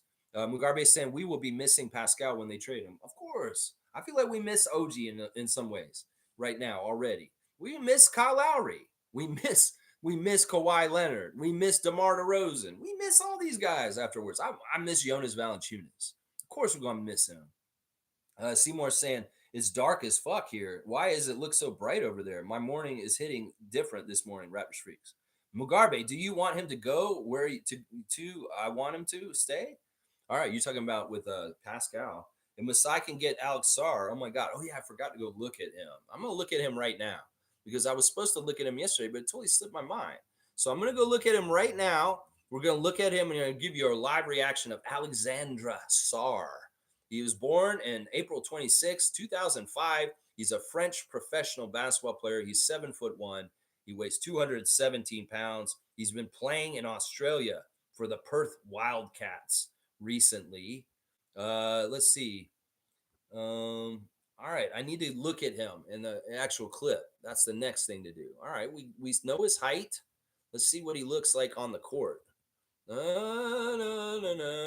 me see my quick reaction to Alex Sarr. Is the new projected number one pick, is what they're saying. 26 points, 10 rebounds, 3 assists, 6 blocks, and 3 steals in versus the G League Ignite. So what is he playing for? Oh, that must have been a Perth game. All right, let's see him playing Ignite. Let's see. Okay, where is he? Okay, that's that big guy right there. Is he number 20? These guys all look tall. Okay, he looks really skinny, is what I'll say right now. He looks a little slight of built. He's going to need the weight room. Ooh, I like how he recovered on that block. He got back really quick and made a lot of ground up to come back and stop that guy from getting a layup. That's pretty damn good, actually. Yeah, and he got it clean, too. It was before the guy got it up over to make it a goaltend. Okay, I do see some strength in his shoulders. Like he doesn't look like Chet and Wemby exactly because he does look like he has some muscle around this part of his shoulder, and that may be good. That may be very very good. I like that power dunk he just did there. Yeah, I don't know. I like this Alex Sarr guy. 7'1", huh? 7'1". Okay, is that him shooting a three? Yeah, it looked like a good stroke, a good form. Looked like it was nice in rhythm. So he has some shooting for him. That's good. Let's see. This play is going to be offensive rebound. Let's see how he got it. He fought for it between two players and he threw it down quickly. He got around. He kind of looks like a 7'1" SGA in the way he looks. All right, yeah, he looks pretty good. I like the fact that he has big shoulders, Seymour. I like the fact that Alex Sarr has some big shoulders. That means he can build some muscle up here. Oh yeah, oh yeah, 7'1" Serge Ibaka kind of body. Okay, I'll be all about it. Well, hopefully that brightened your morning. Me giving you my quick reaction to Alex Sarr right there. Yeah. Mr. saying, anytime other Raptors channels talk about Pascal trades, I don't watch it anymore. Those other Raptor channels are just putting up the stats. Yeah, I'm not even bringing it up like too much in detail and specifics. I'm not even saying I want it. I'm not even saying anything. I'm just saying that it's there right now at this point. Nameless is saying, I'm taking a stoic approach to this team and trade rumors right now. That's the best way to do it. I think that most of Raptors Nation needs to be very stoic with the results of how we go through games from now on. that we can't just expect to be winning all the time and winning. We need to be stoic and understand there's a process. And there's going to be some time to get shit together and figure it out. We're at a new stage with our team, and we're starting over, and we got to get going. Name was saying, I'm not emotionally invested one way or the other. There you go, stoic, stoic. He's just a slate face like Mount Rushmore, like that. Seymour saying, I'm lucky I avoided a 4-car pileup this morning. I was not going to be number 5. And nameless, what's stoic mean? I'm slow as fuck today. Stoic is kind of like there's a brand of philosophy called Stoicism, and Marcus Aurelius kind of promoted it. There's a lot of different people that talk about Stoicism.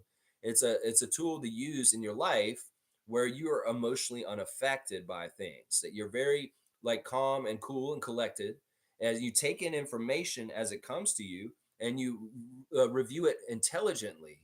You don't react emotionally to anything. You really just kind of take it in a realistic stance, and the part of the aspect of it is to make the best of anything. And in some ways, it's kind of what I was saying with the no lose scenarios.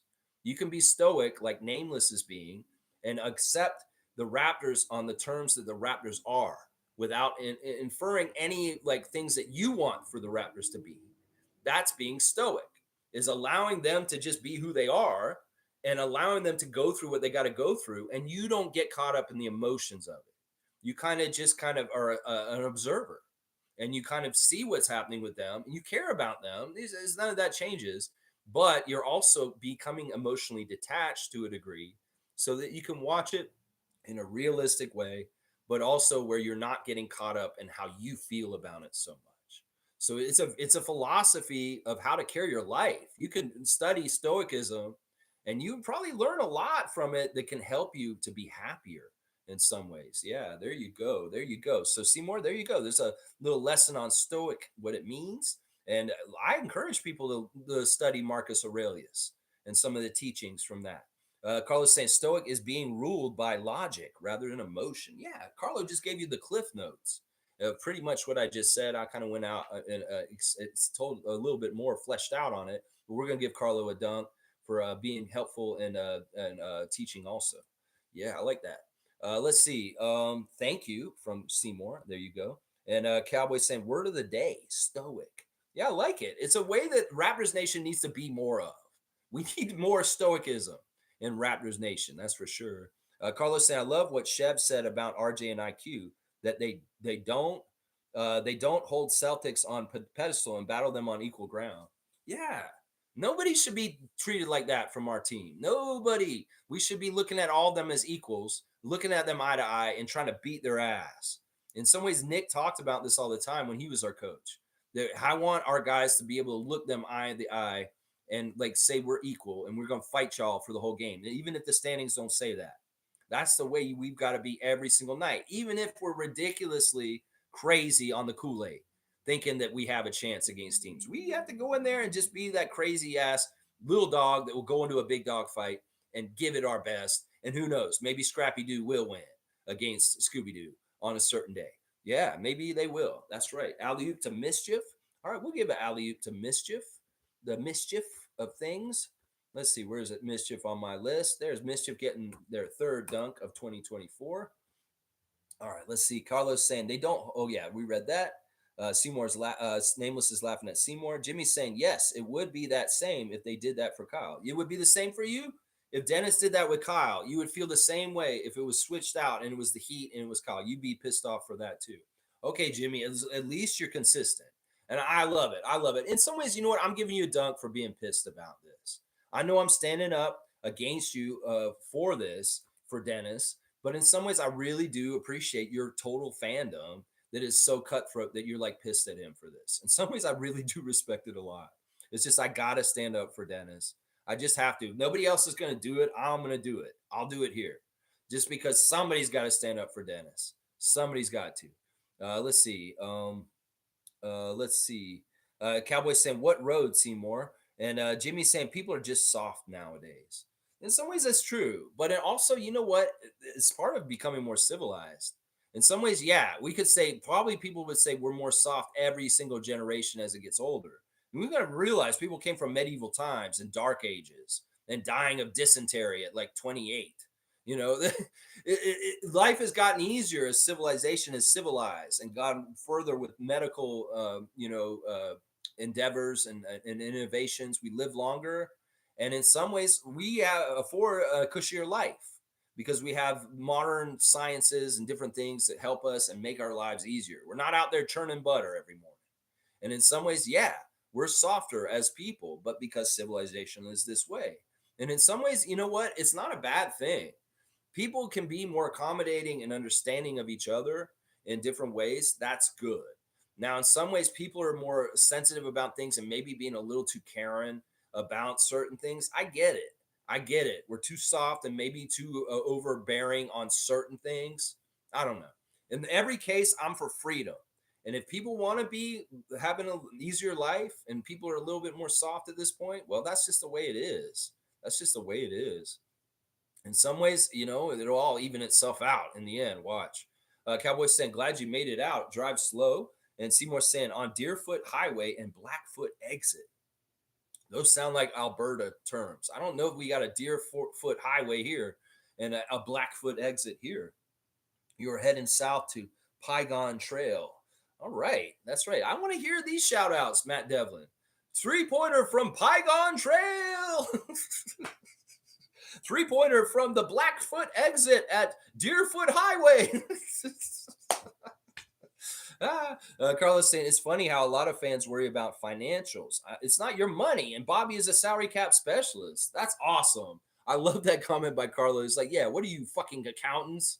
You fucks. What are you, the accountancy department of the Raptors organization that you're so worried about the money? Is it Larry's money that you care about? Is it MLSE's money you care about so much? Why the fuck do you care if we spend money on Siakam and keep him here?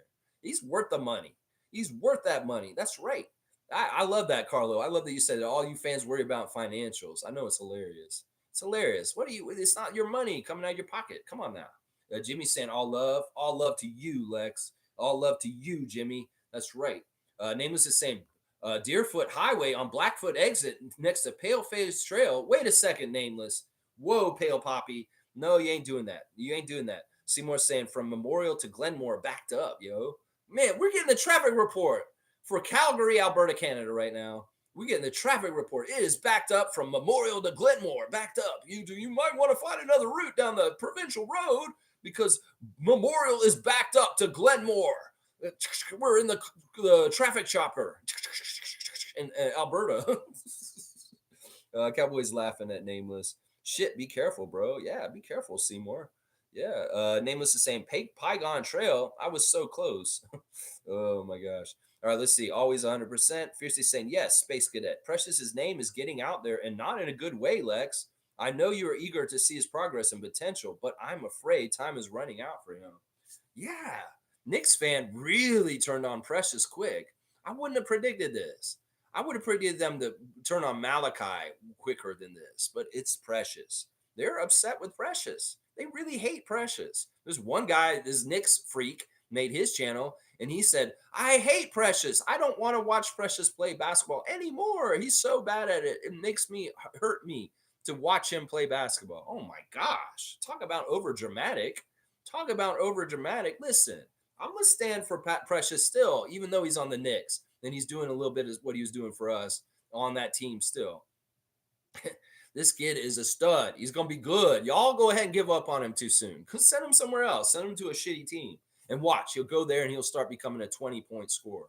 Watch. Y'all go ahead and dump on Precious. In some ways, I like it because it's pissing off the Knicks fans because they're saying we gave too much. We shouldn't have given quickly too if Precious is this bad.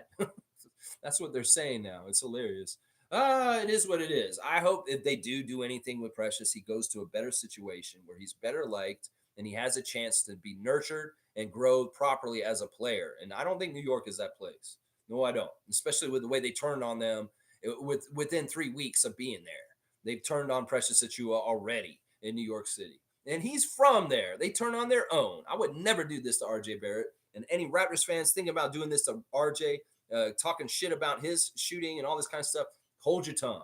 That's our native son. We love RJ Barrett. And we ain't going to be like New York City treating Precious Achiuwa, their native son, like they are. That's right. We're going to be better than them. Let's see. Fiercey saying, I'm afraid time is running out for him. And Mo's saying, fun fact, since Kyle Lowry has been traded to Miami, I haven't missed his games in Toronto, only when he took a year off. Groat forever. Go Raps, though. Yeah, he was missing games for personal reasons the year after he left the Raptors, and he missed the games against us. And Monique didn't go to those games, but she's been back for every return game since. You go, Monique Lawrence, and you show up at the game tonight and say hi to Kyle. Jill saying, good morning, all. Good morning to Jillian Moody. Yes, holding it down in the nation's capital. Jill is here with us. Cowboy saying, good morning to Jill. And Seymour saying, good morning, Jill, also. Nameless is saying, Seymour, I almost accurately guessed where you were heading. On a serious note, I'm glad you're okay, buddy. What will we do without the sheriff? That's right. We need Sheriff Seymour Pape. He's an important part of our chat and always holding it down and keeping us under wraps in the right way. He's adjudicating well in his jurisdiction. That's right. His jurisdiction on here. That's right. Let's see. Jillian saying good morning, everybody. Infamous is saying he that shall not be named has been using racial stereotypes and xenophobic attacks against Pascal. Including other calling. I'm calling. I included others people calling him out for it. Yeah, listen. This is something that I've known about him at times. I've heard him say inhuman kind of stuff that's kind of putting down people in a way that is not right. And yeah, I mean, he probably is associated a little bit with the people that were doing the fucked up shit to Siakam after the bubble that was really messed up and racial. Like, he's probably okay with that kind of shit. I will just say that Robert Pensera is not a good person. And in some ways, if he's doing xenophobic shit and racial shit towards Siakam right now, well, that tells you all you need to know about who he is.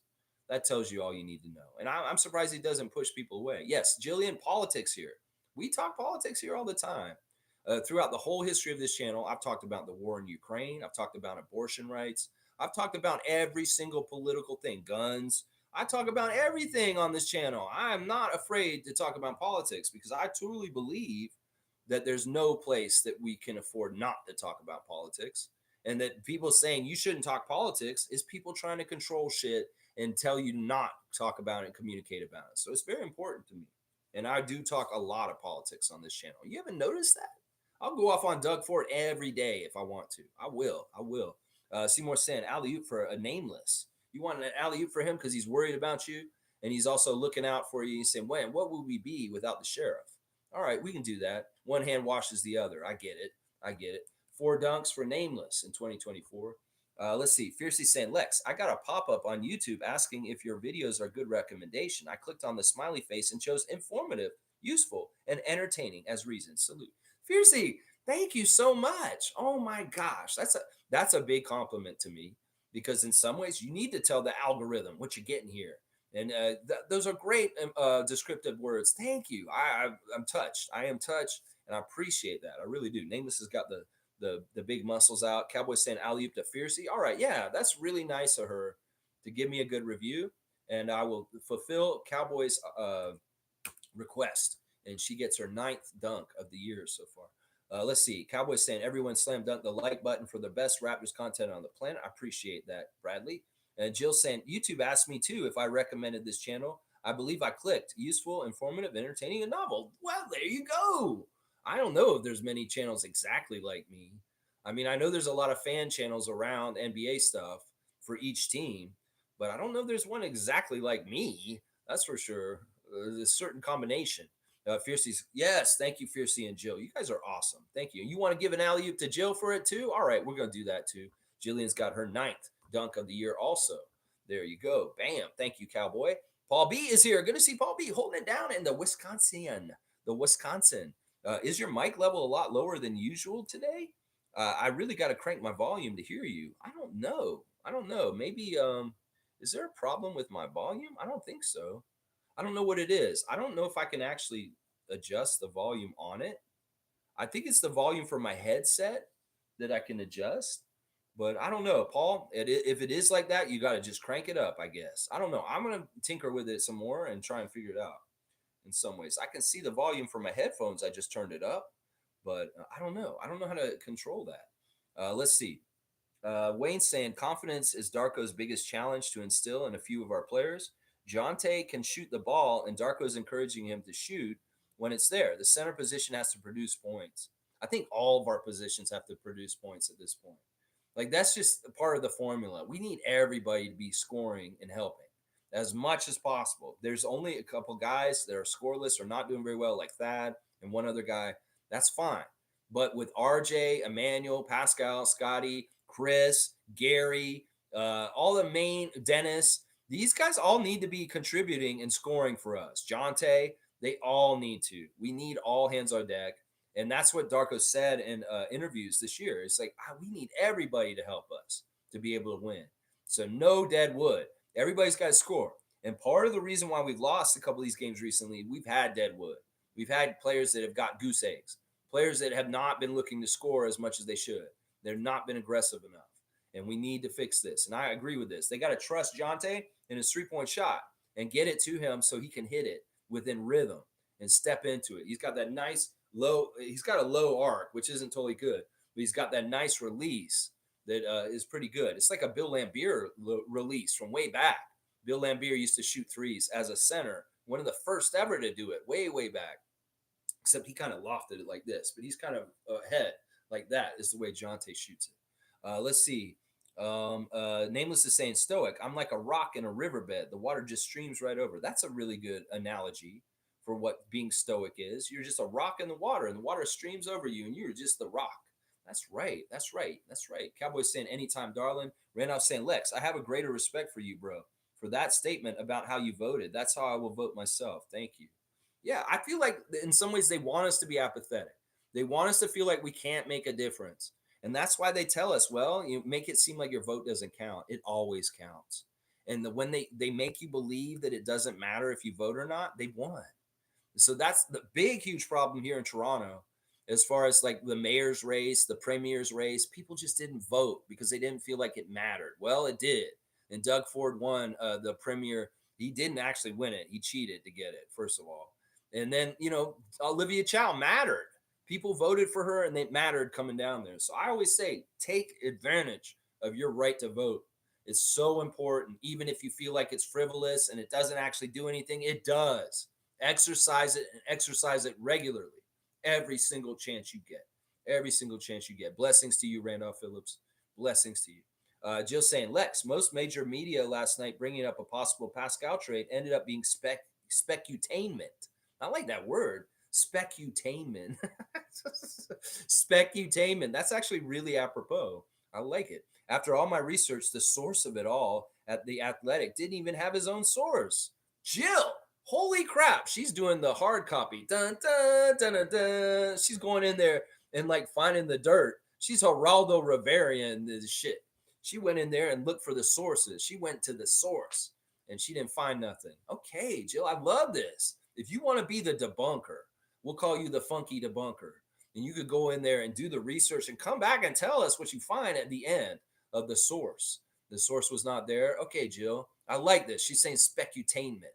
That's right. I'm giving her a dunk. Actually, she getting a 3-pointer for telling us what's up and also for making a new word. I like it. Specutainment.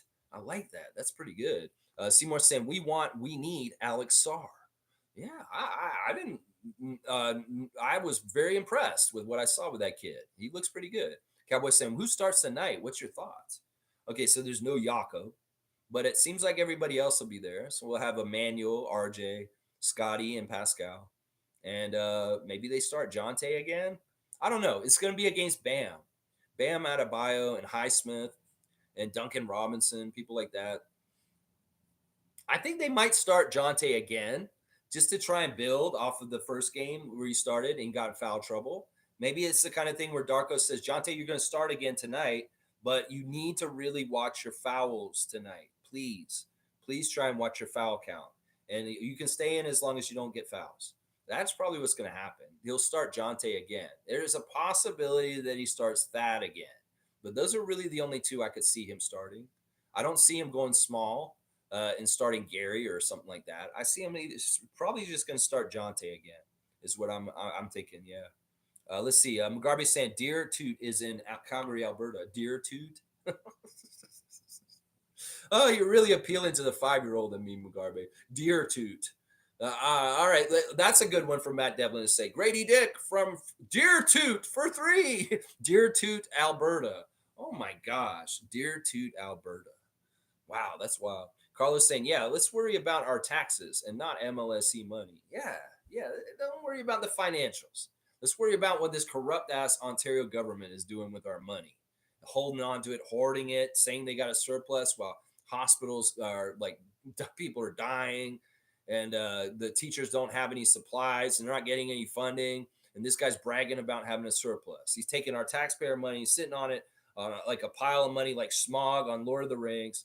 And meanwhile, he's bragging that he's got a surplus. And meanwhile, everything, like we had forest fires last year. We didn't have enough funding for the firefighters to go take care of the forest fires because of this jackass named Doug Ford hoarding all our money. And I don't trust him with that money.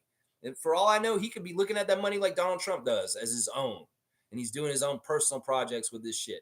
How can we have any confidence in the premier of Ontario that he isn't corrupt, that he's doing things shady? There is all kinds of things he's gotten caught for already. And how do we continue to let him be in office? Is there no checks and balances in the Canadian government for a corrupt Ontario premier like Doug Ford, who's just ramshot making decisions without the talking to the people? Nobody wants this Ontario Place thing.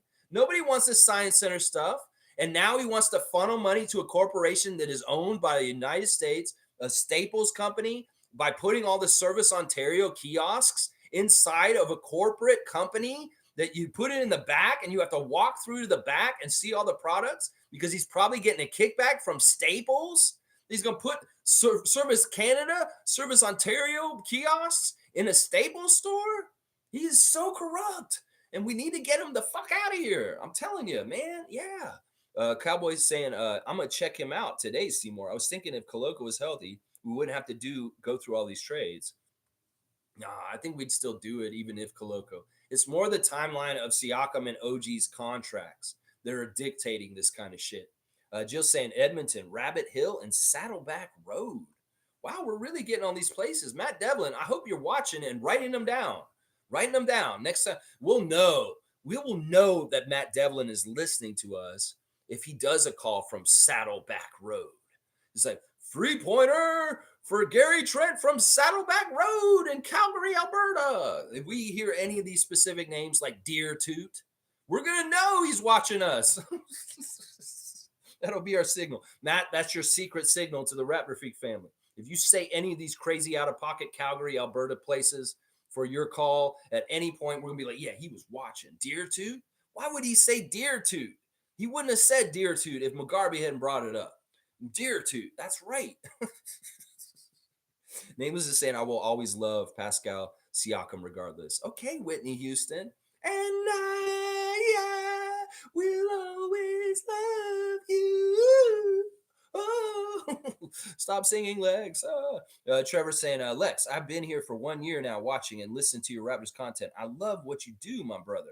I'm just glad to be a part of this. Let's go. Trevor J., you are an amazing support to my channel as the commissioner, sending me this stuff, like sending me that light, sending me that championship trophy to give somebody for the fantasy. Man, Trevor, I love you, bro. You are awesome. Going to all those games in the States and just being a powerful, supportive force on the Raptor Freak channel. Trevor J is like an associate producer of this channel. He really is, because he's producing things in the mail to my house that help me give away on this channel. So I appreciate you, Trevor J. In fact, listen, Trevor, on your travels around, at some point, I would like to ask you to get me something. I'm going to make a new segment on this channel for this summer called Wild Card Wednesday. And I have an open call to any of y'all Raptor Freaks to mail me basketball cards in a pack. And I'll open them as opening packs on the channel just for fun. And we can have me react to the players I get in there. And you can hear me say stupid shit about different players on the cards that I got. So, Trevor, if you are on your travels and you feel like getting any basketball cards you see in stores, get them and send them to me, because I'd like to make this a new segment where I open basketball packs during the off season on Wild Card Wednesday. That's going to be the new segment for Wednesday, is the opening packs, pack day, opening up stuff on Wild Card Wednesday. We're going to see what the wild cards are. So, Trevor, I love you, man. I appreciate you so much for everything that you've done. And I listen, it goes both ways. You enjoy watching me, and I appreciate you being here and keeping us updated. All the stuff you're sharing in the Facebook group is fantastic. And I just appreciate you in general, man. All right, Carlos saying, watch how we, let me make sure, let's see the rest of that. Watch how we, um, okay, it's just watch how we. I don't know where to go with that. Watch how we sign Precious in the offseason. Haha. Okay, that's what you were going to say. Watch how we sign Precious. That'd be interesting. Maybe we get him on a really good deal. I don't know. I wouldn't be upset about that. I know other people would be, but I wouldn't be. Wayne's saying this, that swag and confidence is absent in just a couple of our guys now. The Mamba attitude or Jordan attitude to opponents is not evil. It's just competitive. Swag is I'm taking from you what you're keeping from me. Yeah, I like this. I like this attitude. And I think this is true. This is something that Wayne and I have been keeping tabs on this last year. And I think our dog factor and our competitive factor and taking things seriously has gone up since getting RJ and Emmanuel for sure. And in some ways, some of the guys we let go were some of the worst people for this on our team, I think. So it was a net gain in dog and competitiveness on our team in the last month. And I think if we do another deal very soon, it'll be similar to this. And hopefully we'll add even more to this factor, like Wayne's saying. Yeah. Fiercely saying, glad you're safe to Seymour. And Jill saying, yeah, we're glad you're safe. And Cowboys saying, you know it, Trevor J.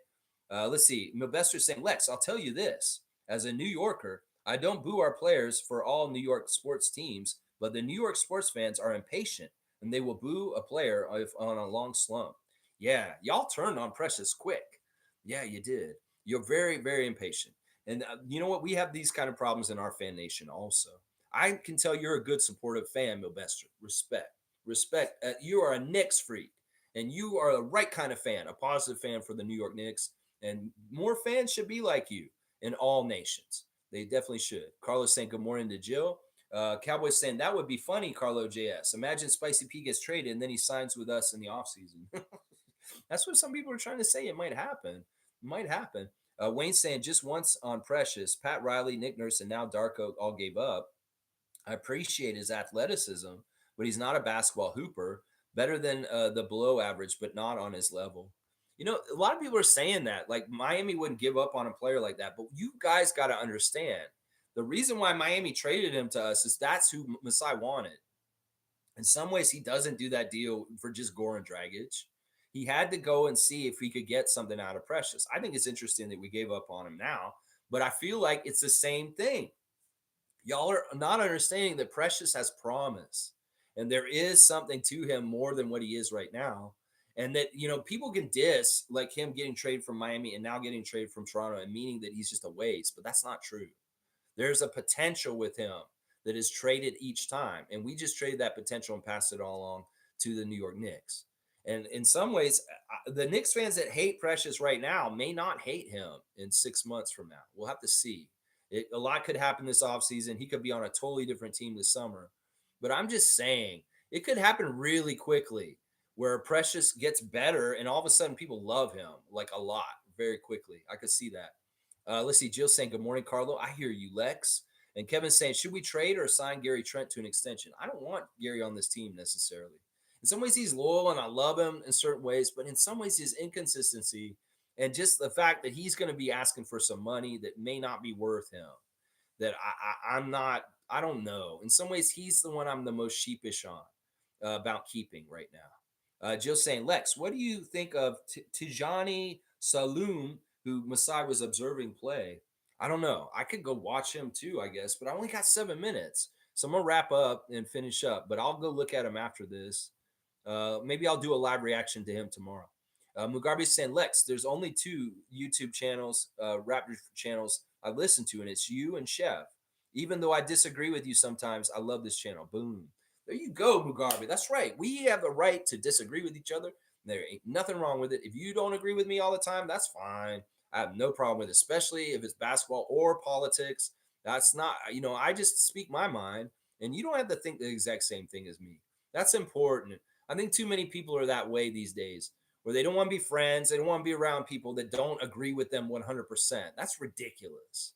That is ridiculous. Nobody in this world is 100% the same as anybody else. There's always going to be some differing opinion that y'all are going to have. It's just you got to coexist and be fine with not agreeing on everything. And there you go. Jill saying hi to Mugabe. And .com is here. 9:30 a.m. every morning. We're talking Raptors. Tomorrow I'll be reacting to the two games tonight. Capital City Go-Go and Raptors 905. And the Raptors hosting the Miami Heat at the Scotiabank Arena. We'll be back tomorrow at 9:30. A question for Raptors Nation. Do y'all still feel like you won the trade with the New York Knicks? I do. I mean, this is, you can check back with us on this every once in a while if you want. But this is the kind of thing, like with any trade, you can't tell right away. You're going to have to take some time. And some of that time is going to be seeing where it quickly goes. Some of that time is going to be seeing where Ananobi goes. Flynn, Precious, just exactly what I'm talking about here. I mean, in some ways, you would ask Knicks fan, how do you feel about Precious and Malachi right now? And what you gave up to the Raptors, they may feel like we won the trade because a lot of Knicks fans are saying right now we shouldn't have put quickly in that deal also. They were fine with trading Barrett, but they didn't like trading Emmanuel. And in some ways, getting just OG and losing two of your guys, that's part of it right there. But I'm not going to put my final verdict on this trade until it's like a year from now. We got to see how these guys re-sign every which way. Like what OG does this summer, what Emmanuel does this summer, that is important to whether this trade was successful for which team, who won what side. Now, can we say that both sides won? Is that allowed too? And that there's not really any like clear victor? I think that may be the most accurate right now. But over time, it may be very clear who won the trade over time as time goes on. And I'd say it's more likely the Raptors won the trade because Emmanuel Quickly's ceiling seems like it's way higher than where he is right now. And that's why I would say that. Carlos saying at .com, yeah, we got two players for our long-term core. We won our part of this deal. And the other part of it is we have to see what the draft pick is too that we got from you guys. The 31st pick of the draft, the Detroit pick in the second round. That will be a key part of it too that will be added later that'll make it look even better for the Raptors also. So MSJ saying, man, this better be a win. There you go, Chris. I like that. Yeah, and Cowboys saying 100% it was a win for us. That's right. Chris is saying, I never vote. Makes no difference. Sorry, Lex. Well, that's not the right attitude, Chris. That is exactly, you have been duped to think that it doesn't matter. Well, it does. It does matter. You can think it's a sham and all this stuff, but you have to practice the right of democracy. And if you don't do it, well, I don't want you to encourage other people not to vote. Keep it to yourself. If you don't want to vote, that's your personal choice. But I will tell everyone, everybody should vote every single time they can. You should vote in your city, little community votes. Like if you have a vote just in your little community where you live, you should go vote in that. You have a tenants association in your building, you should go vote in that. You should be a part of every single part of your life where you have jurisdiction to vote on something because you live in that area. And that's what I'll say right there. And counterpoint to this, don't listen to Chris. He's a pessimist. He is being negative on this. It does matter, and it does matter. It very much does. Exercise that right. Neil's here. Blackhawk. Good to see Blackhawk. If Alex Sarr is drafted number one, then this will be 3 years straight of tall, skinny centers that can shoot being drafted number one. Yeah, I guess with like Victor and Chet, this will be like the third slender man in a row. It's just a slender man league coming up at this point, Neil. Cheers to MSJ, the Mug Brothers. Jillian saying 11 o'clock, drink my water and vote Scotty and vote Pascal. That's right. All-Star still going on voting. Make sure you get your All-Star votes in for Scotty Barnes, Pascal Siakam, and the rest of them. RJ, Emmanuel, Gary, Dennis, whoever you want to vote for. Fiercely saying we must avoid Jonte getting the Wemby treatment, i.e. not getting the ball passed by teammates. Yeah, I don't know. Like I've heard about this Wemby treatment going on in San Antonio. I think it's kind of overblown in some ways. In some ways, part of the reason why he doesn't get the ball is because he's green and he's not exactly right in the NBA game. And that would be the same reason why Jonte wouldn't necessarily get it. But either way, both the 905 and the Raptors got to get rid of the selfish ball. As Masai said at the beginning of the year, no more selfish ball. JFL, if you're coming up to play for the Raptors today, you better play a team game. You better not bring that G League bullshit up to the main squad with your just I'm all for myself, black hole kind of offensive stuff that you do. 905, be more like Marquise Noel and share the ball and pass it to each other. Get higher assist numbers, get higher percentage shots because you're moving the ball around and you're not being a ball hog like Jay Sean Page and just forcing shots all the time. No, y'all need to play a team game, both levels. The more y'all pass with each other, better all around, all around. And if Jonte's a guy who's open, he's got that three, take it. Give it to him. Look for him. That's right. Nameless is saying Jillian from behind the arc from Bowmanville for 3. Bowmanville. I know about Bowmanville. That's here in Ontario. Mugabe's saying, sorry, it's Deerfoot is in Calgary. Deerfoot. It's Deerfoot? I thought you said Deertooth. Deertooth is better. Mugabe, let's just call it Deertooth from now on. Please, excuse me. Jill saying at Chris at MSJ, if we don't vote, then nobody ever gets in. If nobody dies, nothing ever gets done. In some ways, we need to vote. And that's the most important thing to say here. Nameless saying Deertooth was pretty good, Mugabe. Yeah, I like Deertooth. Can we just have Deertooth? Deertooth, please, please. Jill saying RCMP will force Mr. Doug Ford to resign so we can have Ontario back. I hope so. I wish that would happen. Jill, say it every day until it happens. Please. Please. In some ways, I'm totally jaded. The fact that I think Doug Ford has the RCMP in his pocket, that he's paid them enough money and it's all corrupted anyway. And they're going to look the other way and let him get away with this shit. I have no faith in the Canadian justice system at this point. That in some ways we may be so fucking corrupt and fucked up. The RCMP has no teeth to do anything to Doug Ford because possibly they're making money off of him, taking money from him. He's paying them off. So in some ways, I hope you're right, Jill. I hope they get him dead to rights and they send him down the river and they get him just like they're going after Trump right now down south. But in some ways, I'm jaded. And I feel like in some ways, the power checks are not there in this country, which is messed up. It's very messed up. Wayne saying voter suppression's biggest asset is saying there's no difference between candidates. So voting is a waste. While their side always votes, hurricane, fire, floods, or sickness, ignorance and apathy works. Yeah, that's the big lie. You know, that the right wingers would try and tell you, yeah, your vote doesn't matter. And then they'll all go vote no matter what. See, what is wrong with that? They're duping y'all. You don't want to vote? Go ahead, Chris. That's your choice. But don't tell other people not to vote because it doesn't matter. I get mad at you for that. It's your choice to be like that, but don't bring your jadedness to everybody else. It matters, y'all, and y'all need to do it. In some ways, the province of Ontario would be in much better shape if more people in Toronto had voted in that premier election a couple summers ago when Doug Ford got reelected. That was a huge fail. And we need to win. We needed to win that one and not let him run this fucking Ontario just like a racket. He runs it like he's in the mafia. He's running rackets on our country, in our province right now, and it's really messed up. It's really, really messed up. All right, let me see. I want to finish this up. I'm at 2 hours, and I want to get done before 11:30, maybe 12, for sure. Let's see. All right, where am I? I gotta find my place in here. No. Oh wow, there is quite a bit still. All right, let's see. Thanks to Pale Poppy from Jillian and Trevor saying, absolutely, I will do it. I will send you a couple boxes. Holy crap, Trevor J! If you do that, we're gonna be opening like 3 or 4 packs each time. Yeah, we'll do this. My niece and nephew bought me these packs for Christmas, and they were like, we want you to open the packs on your show. And I'm like, oh, that's such a nice idea. And thank you. And I'm like, okay. And now I'm like, this could be a very good segment. It'd be fun just to see the surprise of who I get. And maybe I'll roast them, or maybe I have compliments, or maybe I get a Raptors card. And I'm like, yes, I got Scotty, something like that. That'd be awesome. And maybe in some ways I don't keep all the cards. Maybe some of them become prizes for you guys to get, or I give them out at the Raptor Freak meet and greets. When we meet in person, maybe I say, yeah, these are some of the cards I opened up, guys. You guys want some of them? Here you go. And I'll give you the Kyrie Irvings and the LeBron Jameses and the Luka Doncic's and all the cards. It could be fun, Trevor. I appreciate it, man. You still got my address, right?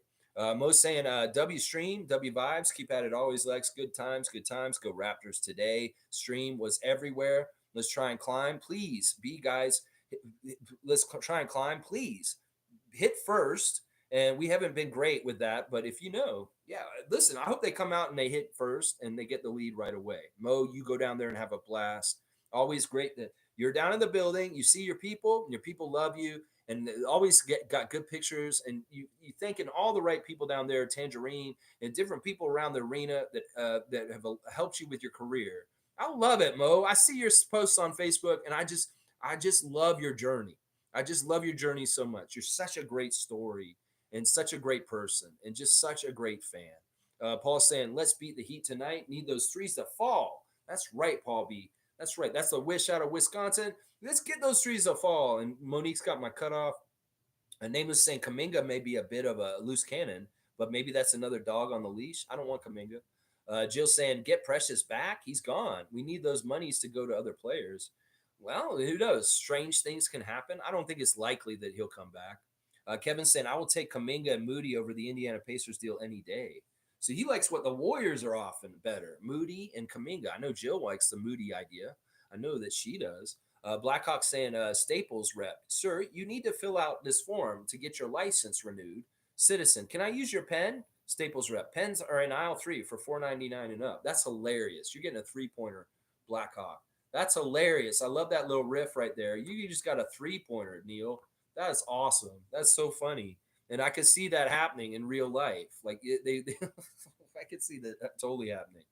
Country Con saying, watching tonight's game will be interesting. Is Pascal expected to play after all that transpired last night? Yeah, he's going to play. This reminds me of when Boston traded Brogdon the first time. Hope there's no hard feelings. He's going to play. And I'm going to tell you why. There's a lot of talk around the NBA right now about the 65 rule. It's not that Siakam's been missing that many games, but he has missed a couple.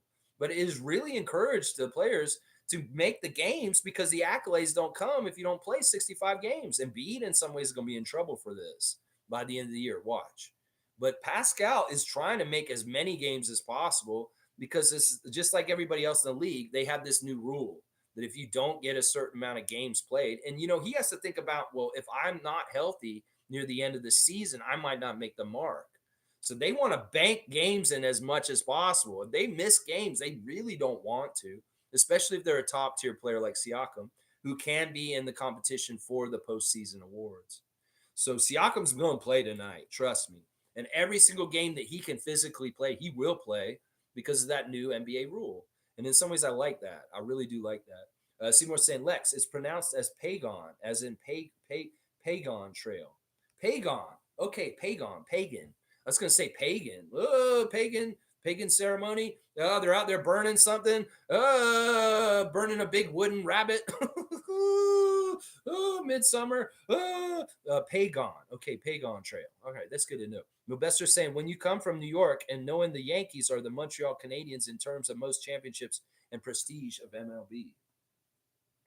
I often compare the Knicks to the Leafs. That the Leafs and the Knicks are very similar. The Maple Leafs. The Toronto Maple Leafs are over scrutinized and their fans are crazy about them, just like the Knicks fans are for the Knicks. Like I compare those two fan nations very much. Knicks Nation, Maple Leaf Nation. There's a lot of similarities there. Trust me, a lot of similarities. Seymour saying boo. And Jill saying Gary needs to take time off. Maybe, yeah. Seymour saying, ring down the booze. MSJ saying, cheers to Cowboy and Milbester. Blackhawk saying, rope-a-dope time. You think it is Pascal getting traded, but it turns out to be someone else. Maybe it's nobody else. Maybe we're going to be fine once Jakob comes back and everything's okay. We're over panicking because our center's hurt right now. I love it. Rope-a-dope them into thinking there's a deal, and there's no deal. We just keep going with Siakam. I'm all about it. Let's go and attack the rim. Okay, Cowboy. Jill saying Staples employees making mistakes with our health and driving data is not okay. Yeah, let's just think about the privacy issues with this. I just don't like it. In some ways, I don't like the post office being in Shoppers Drug Mart. Like, who organized that shit to put the post office in there? I get it. I don't know. In some ways, Stevie was trying to tell me, that a lot of people just do it online now, Lex. Why does it matter if there's Service Ontario kiosks? I'm like, dude, you understand that Doug Ford's going to get money from Staples for making this arrangement? And is that money going back to the taxpayers or just to his personal wallet? That's the thing I don't trust right there. Yeah. Hi to Jillian from Mugabe. Fiercely saying, if OG was still the face or manager of Staples, we'd be in good hands. That's hilarious. That is hilarious stuff, Fiercely. You're on fire today. That is awesome. That is so funny. I'm gonna give you another. There's a 3-pointer for you on that one. Yeah, there's some 3-pointers raining down in the chat today. Let's hope it's the same for the Raptors tonight at SGA. Let's see, SBA I should say. 11-11. Oh, I missed it. Make a wish. Raptors win. Raptors win. Nobody gets hurt. Raptors win. Nobody gets hurt. Jill saying the OG trade. Yes, Knicks winning, but Raptors don't have a working center right now. Yeah, that's just temporary. The Knicks, they're not totally perfect, though. They've lost a couple games this week. But yeah, I mean, we can't analyze this trade right away. It's going to take some time to really know the deeper ramifications of the trade. Fiercely saying, yes, Blackhawk. That would be awesome plot twist. Pascal stays and a few others leave. Yeah, who would it be, though? I don't even know.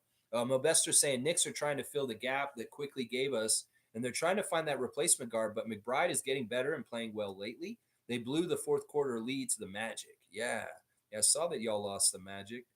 Chris is saying, I make my life as non political as possible. Very positive vibes as a result. That's good, but it doesn't change that people are out there making decisions for you on your behalf. That's the only thing I would say. I love to live in a bubble, ignorant to all this stuff too. I wish. I wish I could live that way. Blackhawk saying, if I want access to government data, then all I got to do is work at Staples. Free trade? Oops, sorry. I meant to say fair trade. Nope. There's some concerns there. Jill saying 11:15. All right, so I'm just 10 minutes behind now. Wayne saying our work ethic is actually consistent. It's the high value shots that are the missing variable. Tough, but our shooting may be fixable only by personnel changes. Indiana deal's still out there, maybe. Get some shooters from them. I thought our shooting was better after the trade, but we've shown that our shooting isn't as good in the last couple games. I think a lot of it has to do with Jakob. Fiercely saying it, Kevin, Gary needs to go. I was advocating for him last year and was ecstatic when he opted in, but it seems his efforts are minimal and his inconsistencies on and off the court hinder his value. Yeah, I go with this assessment. I think Fiercely is exactly where I'm at with this. I stood up for him and I wanted him to stay. I was very happy that he opted in.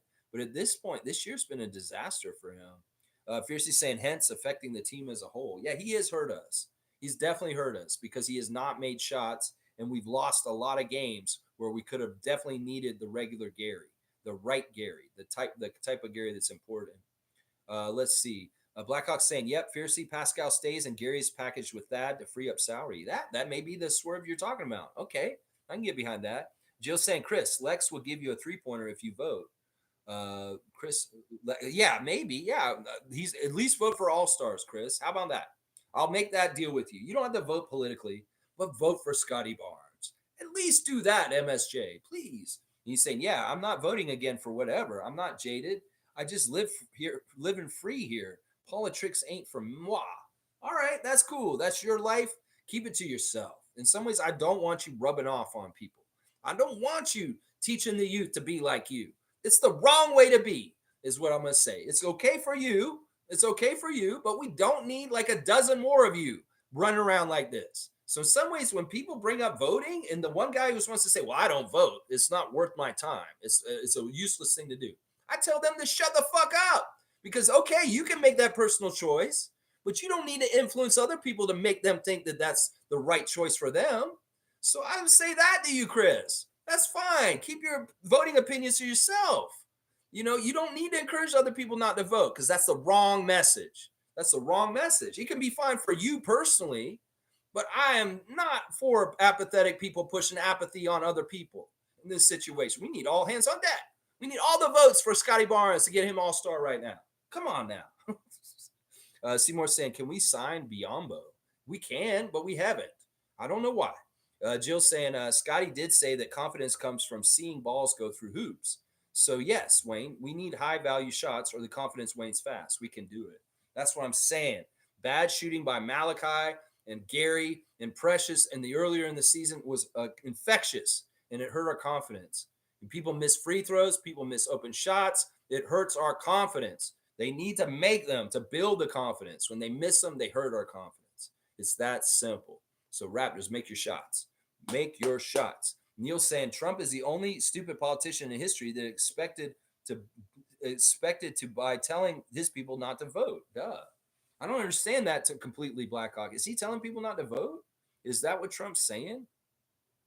I don't know. In some ways, it's scary because Iowa did their caucus this week and he did really well in it. And people are starting to gear up with the fact that Trump somehow, some way, I don't understand how, may be the Republican candidate for the election coming up. Y'all do that, it's not going to work. I'm telling you, the only way he wins is if he cheats and there's some sort of scandal. There's no way that man wins another election.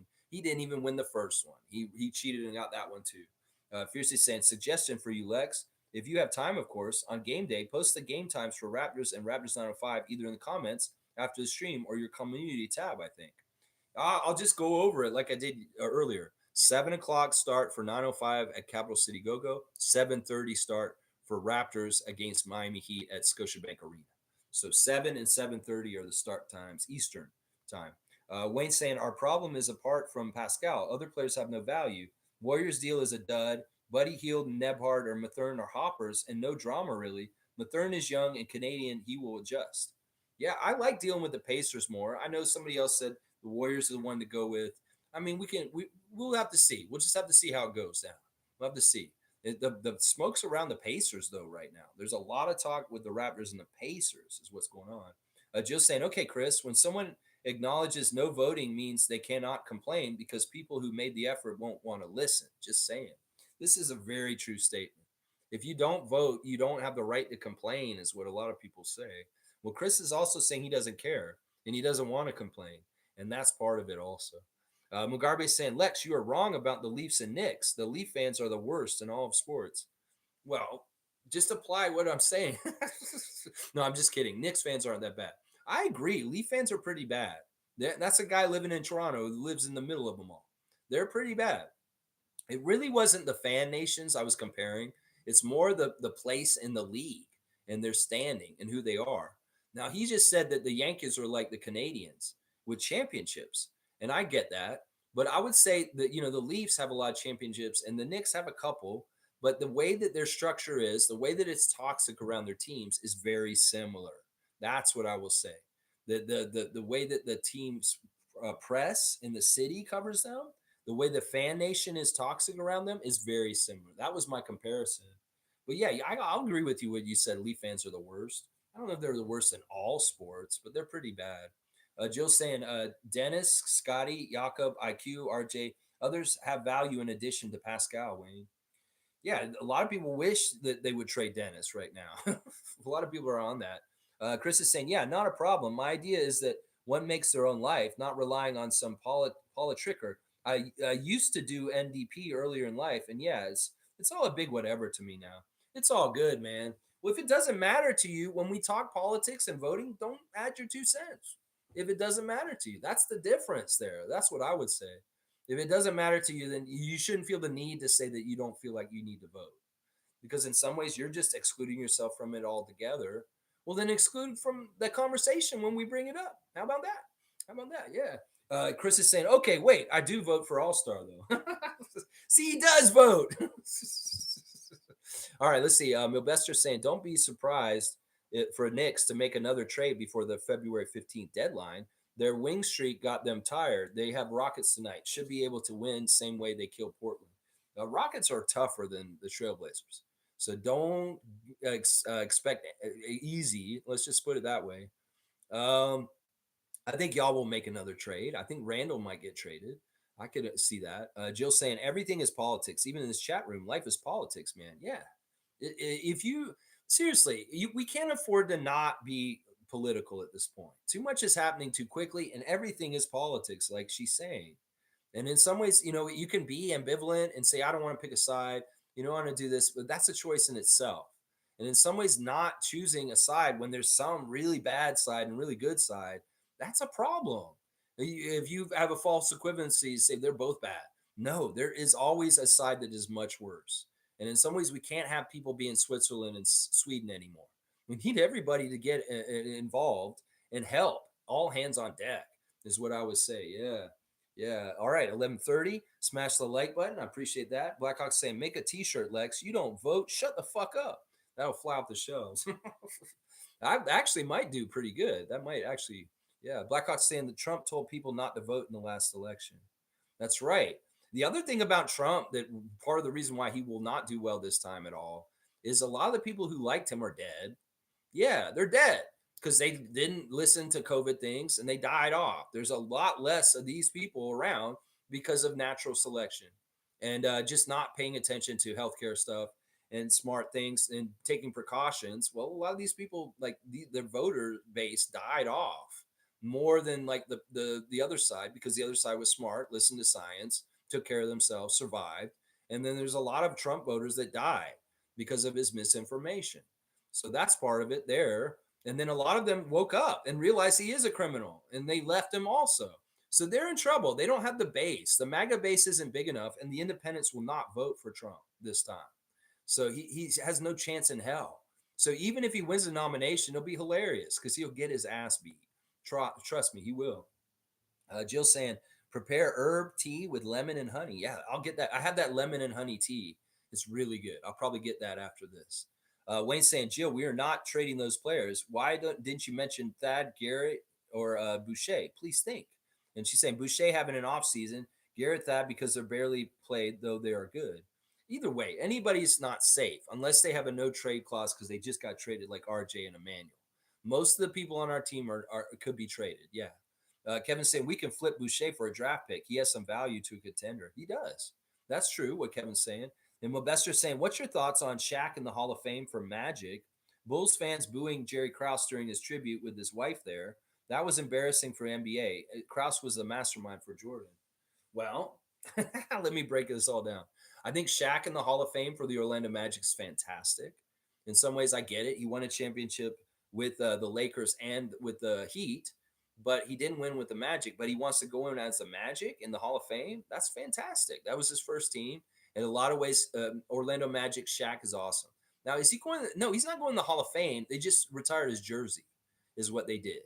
Yeah, I don't think he's any player in the Hall of Fame. He's already in the Hall of Fame, isn't he? He should have been in the Hall of Fame a long time ago. So I don't know. I think you're confused. They retired his jersey in Orlando. He's not going to the Hall of Fame. Let's see. Jerry Krause. That stuff is hilarious. In some ways, I'm not embarrassed for them. I understand why they booed him.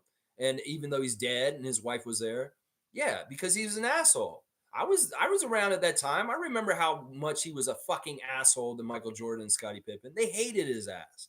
In some ways, yeah, he's the architect of their championships, but they hated him so much. He was so disrespectful to Scottie Pippen. He underpaid Scottie Pippen for many years, and he trashed him in the press. There was all kinds of acrimony and negative stuff between Jerry Krause and the Bulls players. So I get why the fans boo him. He was the bad guy. He was the bad guy back in the day. People loved Jordan. Jordan was a god, and Jordan hated Krause.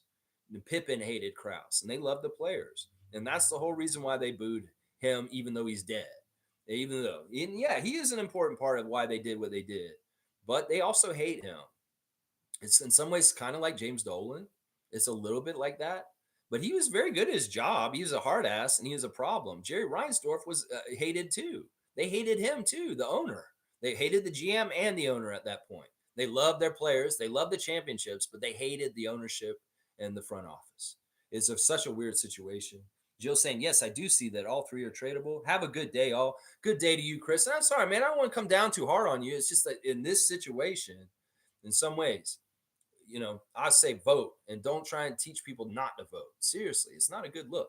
It's not a good look. Trevor's saying, I will send you a package next week. I still have your dress. Awesome, Trevor. I'm excited about this. Any kind of basketball cards. You could get me weird cards. Like if you come across like Yo MTV Raps cards or like Simpsons cards or something weird like that, I'll open any kind of weird card pack. Even like Magic the Gathering. I'll open any of these fucking things. Jill's saying today is Wednesday. That's right. Let's get that win tonight, Raptors. Handle your business. Out Raptor the Heat. Outplay them. Out hustle them. Out scrap them. Out rebound them. Out get after that ball and get after it than them. That is the key to victory. You got to beat a scrappy team with scrappiness. The Heat going to try and out scrap you.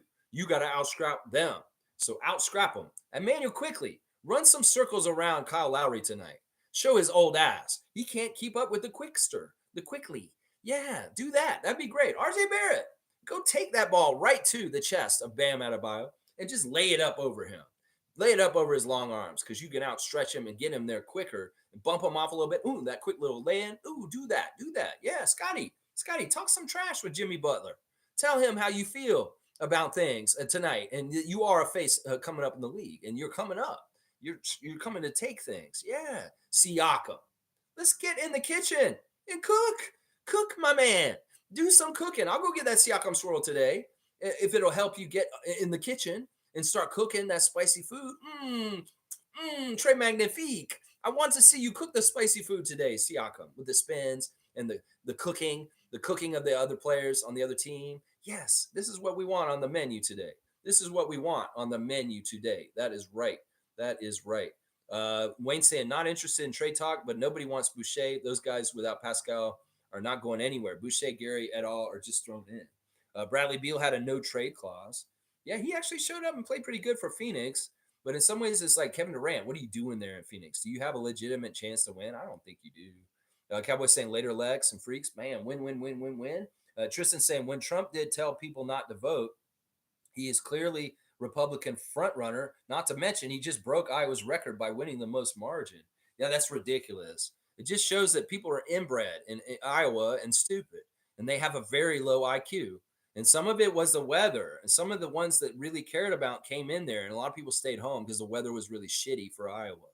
There's a lot of different reasons for this, and some of it is whatever it is. But they'll make their bed and lay in it. If they really go that direction with him, it's not going to work. It's not going to work. He'll lose once again, and he will lose very badly.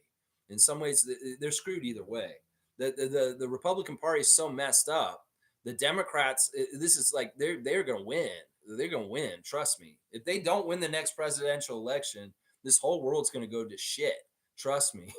It's going to go to shit. Everything, everybody, not just the states. Let's see. Jill saying, bye, cowboy. Trump won 15% of the Republican Iowas. Tristan, yeah, it is what it is. It's ridiculous. Tristan saying, go Raps. Bye, darling. Jill, he won 51%. 51%. Yikes. Let's go. Largest in Iowa caucus history. And she's saying only 15% voted because the weather was bad. They couldn't get out there. And the really diehards made sure they did. They made sure. Yeah, second place had 21%. This is good. This is a good thing, Tristan. Let Trump win as much as possible. He cannot win the next election. They'll disqualify him for some reason. Watch. He's not even on the ballot in a lot of the states. So that'll hurt him also. He won't be allowed to be on the ballot in Colorado and a couple other places, and that will screw him in some ways. So go ahead. Let them go that way. Let them go that way. Yeah, they were empty because of the weather. Yep. Yep. It's all good. You guys, there's no reason to argue about this. I think that Tristan's right, but she's also right that the voter turnout wasn't very good, but he did get a very high number. And that's fine. Go ahead, Republicans. You want to set yourself up to lose, you go ahead. You keep going that way. Yeah. Yeah. And Tristan saying actually a larger number of African Americans are for Trump. Are you saying overall? I don't think that's true. You saying a large number. Yeah, large number. I wouldn't say more of them are for Trump than Biden. That's not true. Yeah. All right, y'all. Thanks for watching me. Let me just do a real quick recap, real quick. Miami's depth chart and injuries look like this. Kevin Love is out today. Jaime Vasquez is out also. He hasn't even made the trip. So we won't see the Miami Heat rookie in this game or the old head, salt and pepper Kevin Love. And no Drew Smith. No Drew Smith. On our side, we've got, this is the latest. Gary Trent is questionable for today. Porter is questionable. Dick is questionable. And Koloko is out, and so is Pirtle. Our referees for today, for the early game in G League at 7 o'clock, Matt Callio is the crew chief, Pat O'Connell, the referee, and Agan Abazi is the umpire. The crew for the Raptors, Miami Heat game is not good. Ben Taylor is refereeing his first game since the Lakers tragedy bullshit as the crew chief. Tom Washington is the referee. Robert Hussey is the umpire. All three of them favor the Miami Heat, y'all, just so you know. Let me see. Is there anything else I want to talk about? Oh, the latest ESPN power rankings have us at 24. We've dropped from 22 to 24. It is what it is. These power rankings don't really mean shit, honestly. All right, y'all. Thanks for watching me today. Let's do the main event marquee matchup. Ladies and gentlemen, welcome to Scotiabank Arena. Tonight we have Kyle Lowry returning as the GOAT, but we have a competition between him and Pascal Siakam, and we're going to see who the fans love more. And we're going to have a GOAT competition. We're going to use the fan meter to see who can get louder for who. Is it for Pascal or is it for Kyle? This is really a GOAT competition to find out who the GOAT of the greatest rapper of all time is. So we'll see from the fan applause. There you go. There's your main event marquee matchup. Wednesday, baby. Let's go. Wednesday. Wednesday. Wednesday. Wednesday. Yes. All right, y'all. Please like, comment, subscribe, and share. Thank you, Trevor J. Thank you, Fun Guy. Thank you, everybody. Chris, MSJ, Jillian, Cool Cat, Fiercey, Dana, Cowboy, Mugarbe, Seymour, Jimmy, Harlow, Milbester, Tristan. Let's go Raptors.